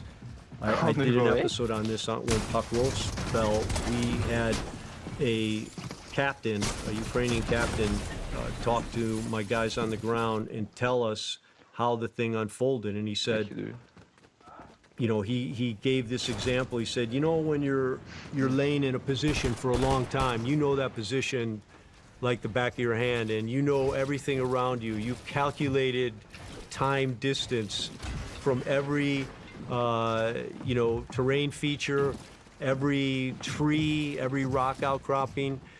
And with Pakrovsk, we knew where the Russians were, and my front line guys knew if they get to that copse of trees over there, this massive, forest belt that protects the farmland, then we're dead in the water. We cannot, we've got to fall back. And fallback is not retreating. It's just fallback that's called a supplementary position, which you always have in the defense. And so once the Russians made it to that point, to that copse of trees, they called in and said, hey, we've got this all set up. We've got alternate positions. Time to fall back. Roger, stand by. We've got to get permission from higher. That went all the way back to Kyiv and Zelensky and Syrskyi, and the answer was no. Not 1 inch, stay and fight. And about 3 weeks later, they were surrounded. Most of them killed, many of them captured. And the same thing just happened in Uye. It's a city down south Ukraine. Same thing. The guys knew if they make it to that position, we're surrounded. We're in a cauldron, and then you're dead. Because, you know, the cauldrons in this war, because of the terrain and the technology, the drone technology, whenever you see a position, that means that a 10 by 10 kill zone sits in front of that drone kill zone. So if you move up to here, now that 10K kill zone goes 10K from that point. So that's why when that captain, that Ukrainian captain said, when they make it to there, we got to get out of here. You listen to the guys on the ground. You know, you listen to the guys who are assessing the reality of the situation on the ground, and they did not. And they continue that pattern, and it's because they're trying to keep this propaganda thing going that, hey, we can win. We just need more time, more money. And to me, it seems like the EU decided we got to get them at least through 2026. And I believe the reason for that is that then they could get all the orders with the European military-industrial complex, which is what's happened now. When Trump said, I'm not giving you stuff anymore, you can buy it from us, they saw that as an opportunity to reinvigorate the European military-industrial complex, which they had shut down. And though all those stocks skyrocketed before Trump got in power and then in those first few months, but now they're all tanking because, you know, most honest, objective people see that, you know, the end is a fait accompli. It's going to happen. I mean, if these guys are forced to fight for their country, some of them, I mean, why do you think they're not? Or maybe they are. Why are they not surrendering? A lot of them, yeah, a lot of them are. I've got tons of videotapes of guys coming out of holes, and you know, Ukrainians are hard people too. They're all Slavs, so the Ukrainians are not pushovers. If you know, armed properly, led properly, and motivated properly. But think about that. They're not armed properly. They don't. Back to the military-industrial complex, they've got huge supply problems, which is totally exacerbated by corruption. They're skimming money off the top. A couple of cities have fallen because the $50 to $100 million tranches to dig these, you know, Nat's ass trench systems never happened. The money just was laundered and went into the pockets of the oligarchs. So the corruption has also, you know, greatly handcuffed the Ukrainian military. But, you know, there's their command and control. You tell guys on the ground, no, don't leave, stay and die. And you do that once, you're in big trouble. You do it twice, they're never going to forgive you. And I believe that the majority of Ukrainian military have lost faith in their higher headquarters and that they don't accept anything that's coming out of them as being credible. And then, you know, the final thing is just motivation on not knowing when you're going to go home, seeing all these dead bodies. They leave, they're ordered to leave dead bodies where they lay. There's dead bodies all over the battlefield, and Russia polices them up. Since those Istanbul talks, there's one of the things they agreed to was body exchanges to repatriate the dead bodies. That's happened, I think, something like 15 times, and the ratio, we just had one, and Russia turned over 1,600 bodies, Ukraine turned over 29. So whoa, it was a ratio of 39 to 1. I don't know what it is now. on bodies being exchanged, but you know, part of it is just the number of KIAs, but the other part is they're not even allowing these guys to, you know, pick up their dead colleagues and bring them back to repatriate them for their family. There's monetary incentives behind that. If the body's not recovered, Ukraine doesn't have to pay the family, and they don't. Even if the guy's off the ledger. Yeah. Holy shit. It's bad. It's bad. And this is all these globalists, you know, they're globalists doing, like, again, little kids playing with matches, you know, in a gas station. No clue of the laws of physics, no clues of the laws of unintended consequences. And what they've done is, you know, one of the most horrific humanitarian crimes, I think, against humanity that we've ever seen. Over a million guys dead just on one side. Man. We lost 58,000 in Vietnam. 15 years, I think. Man, wow.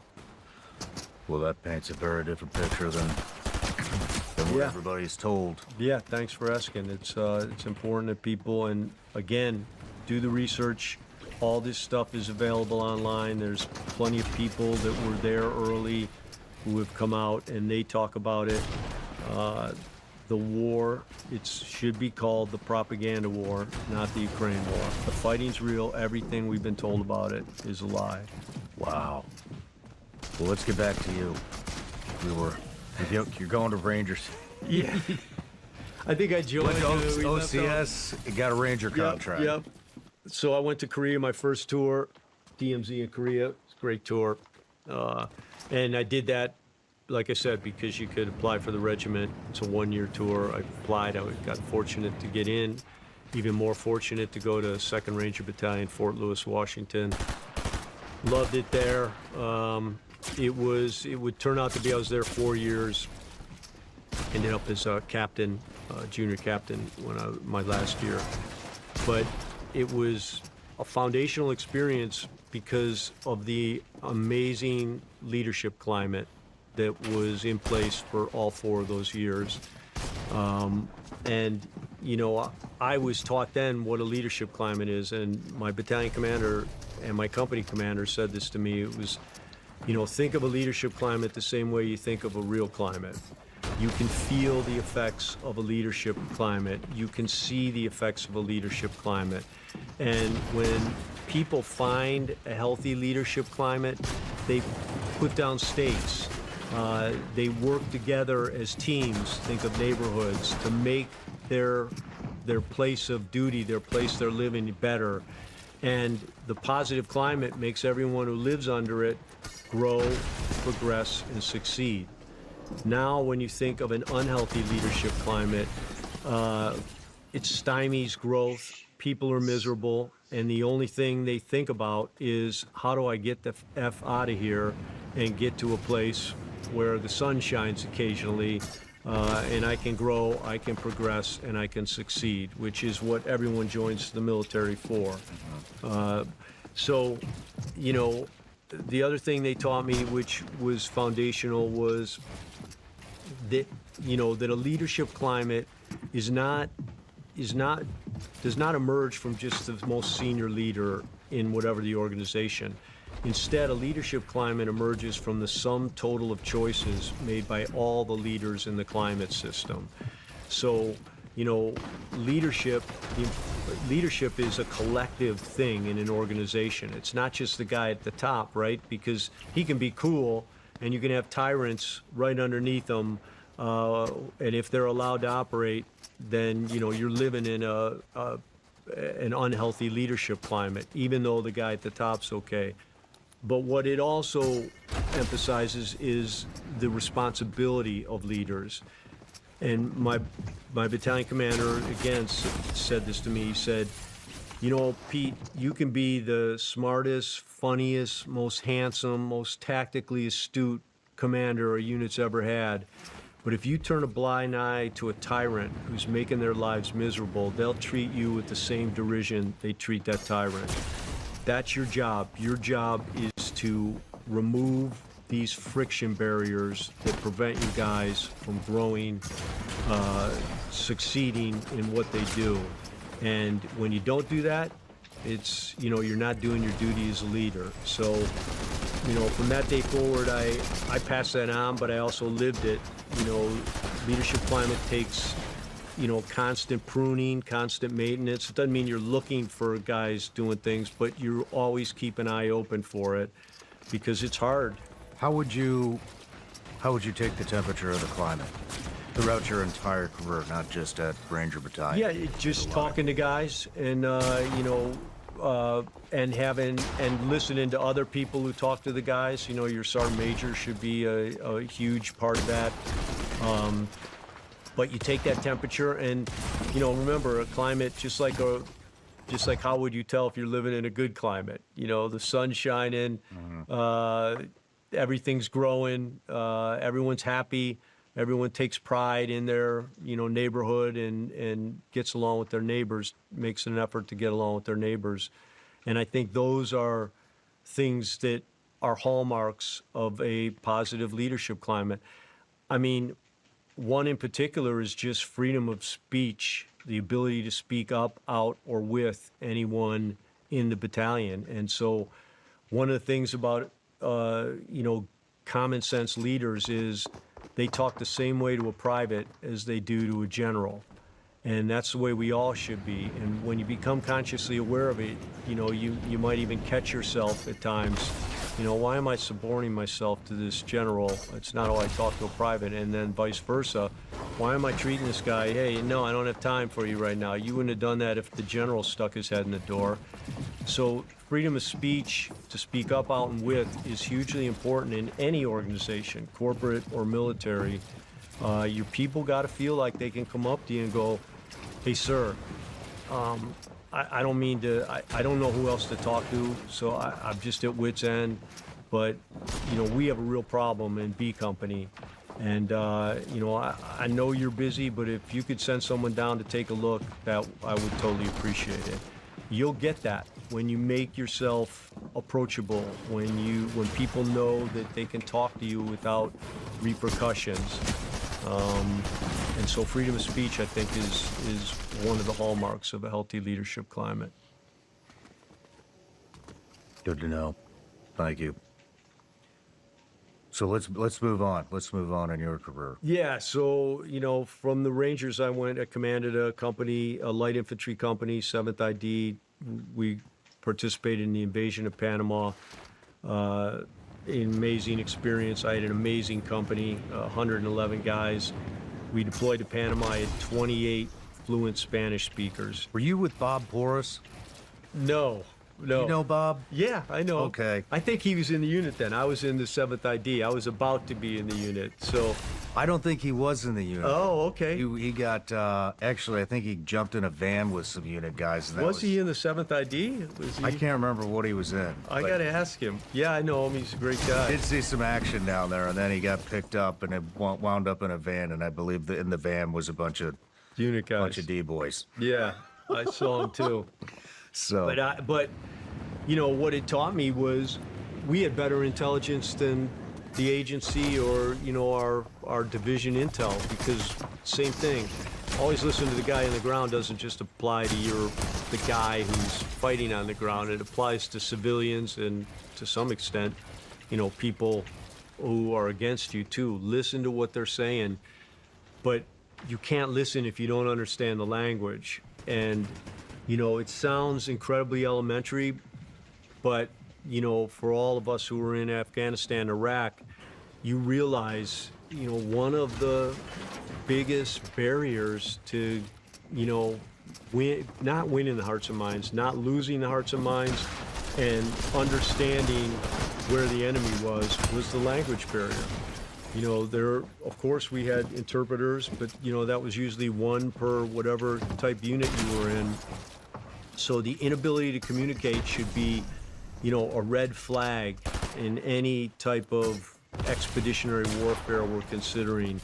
And it's just simple. If you can't communicate, you can't understand what that person's needs are. You can't even understand how to, you know, get get what you need to get out of that person, intelligence, operational intelligence, or just, like we were talking about with talking to your soldiers, finding out, taking the temperature of, the society at the time. So from there, I was very fortunate because I came right into the 7th ID, took command. Also very fortunate, I had a great battalion commander who understood. I told him I want to go to unit tryouts after this, and he said, yeah, by all means. So I finished command. 2 months later, I went to selection. Again, fortunate, made it through selection. And,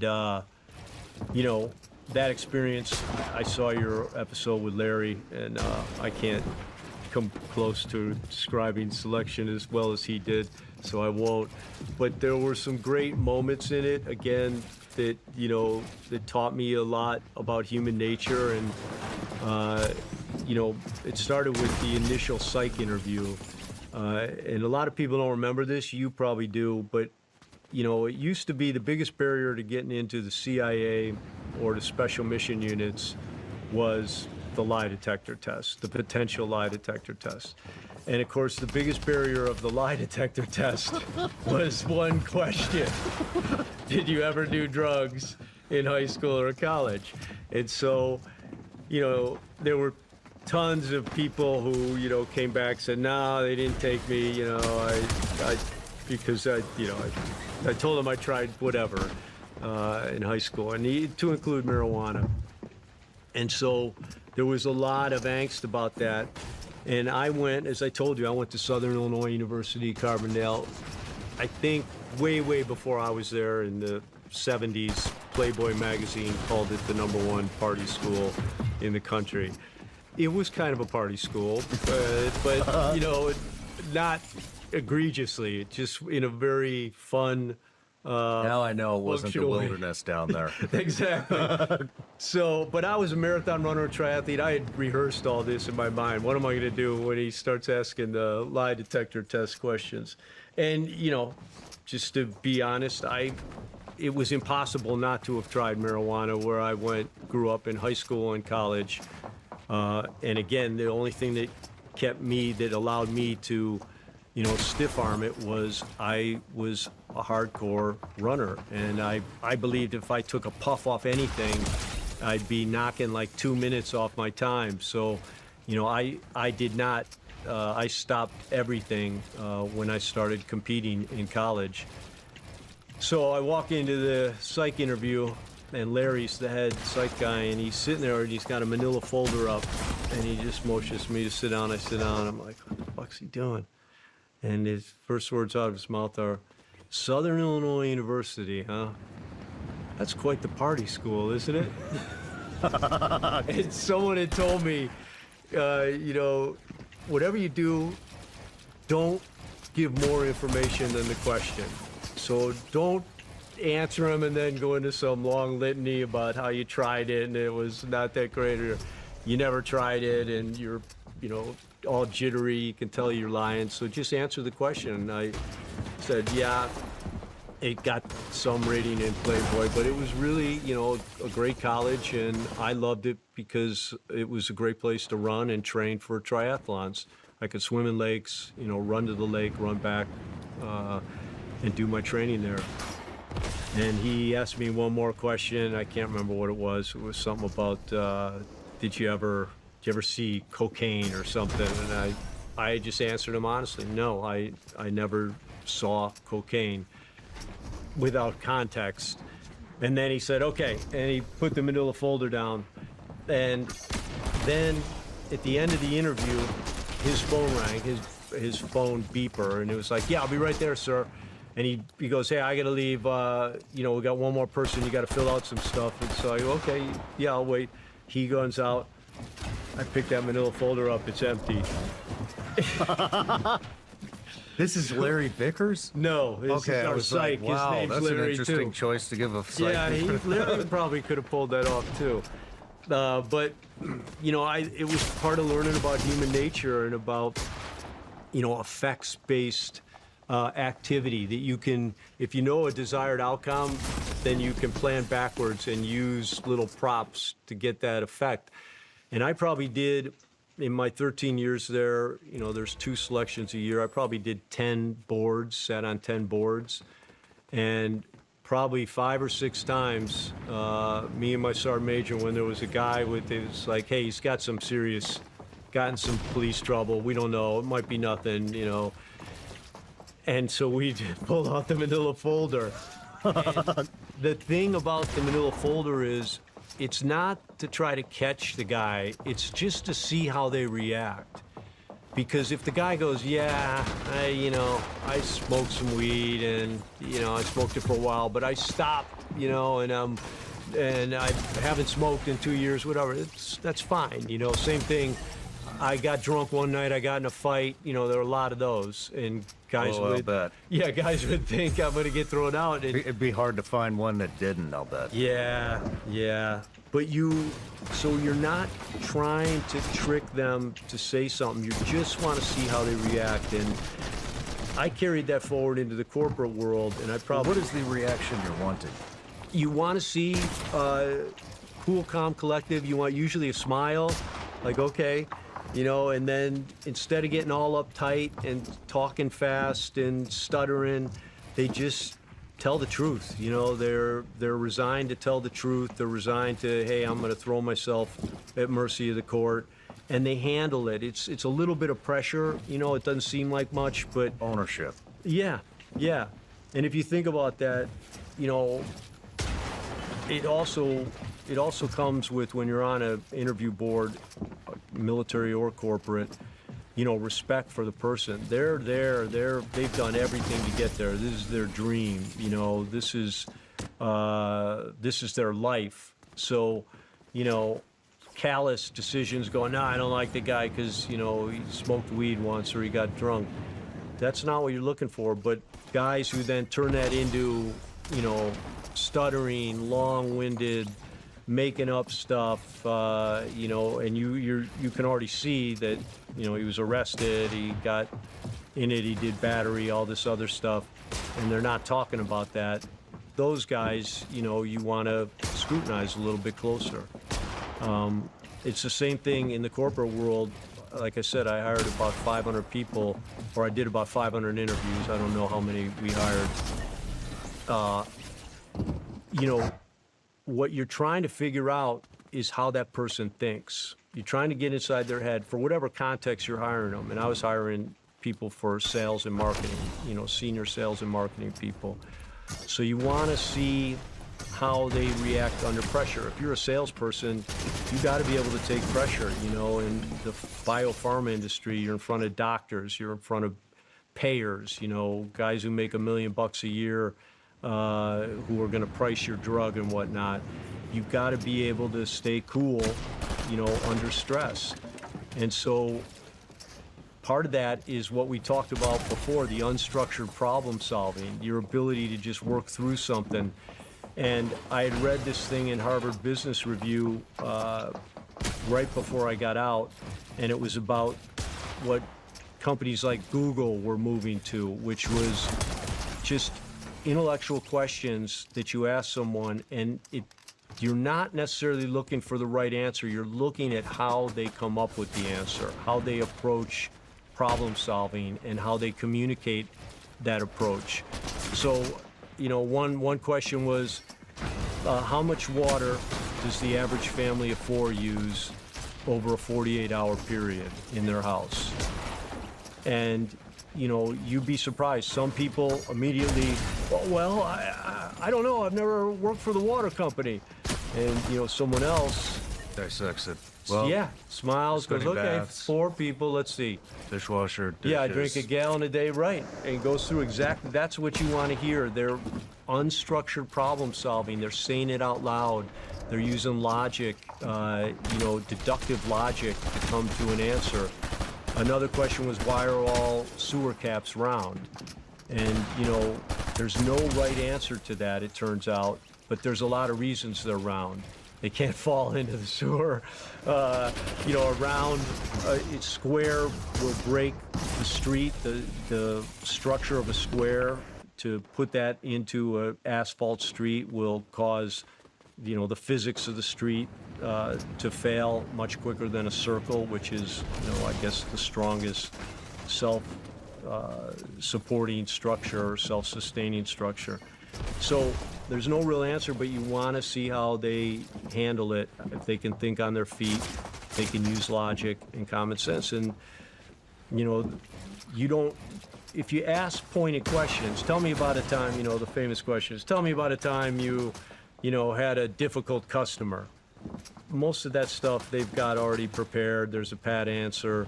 You're not going to learn how that person thinks with those type of questions, but ask them something that makes them think, that makes them problem solve, see how they react, see how they communicate, and that tells you a lot about that person. Makes a lot of sense. How is it? Do officers go through with the enlisted at OTC? Yeah. They do? Mm-hmm. Anything extracurricular? What do you mean? That you go, for example, through the SEAL pipeline, the officers have an extra section. Yeah. There is an extra. Is there? Yeah.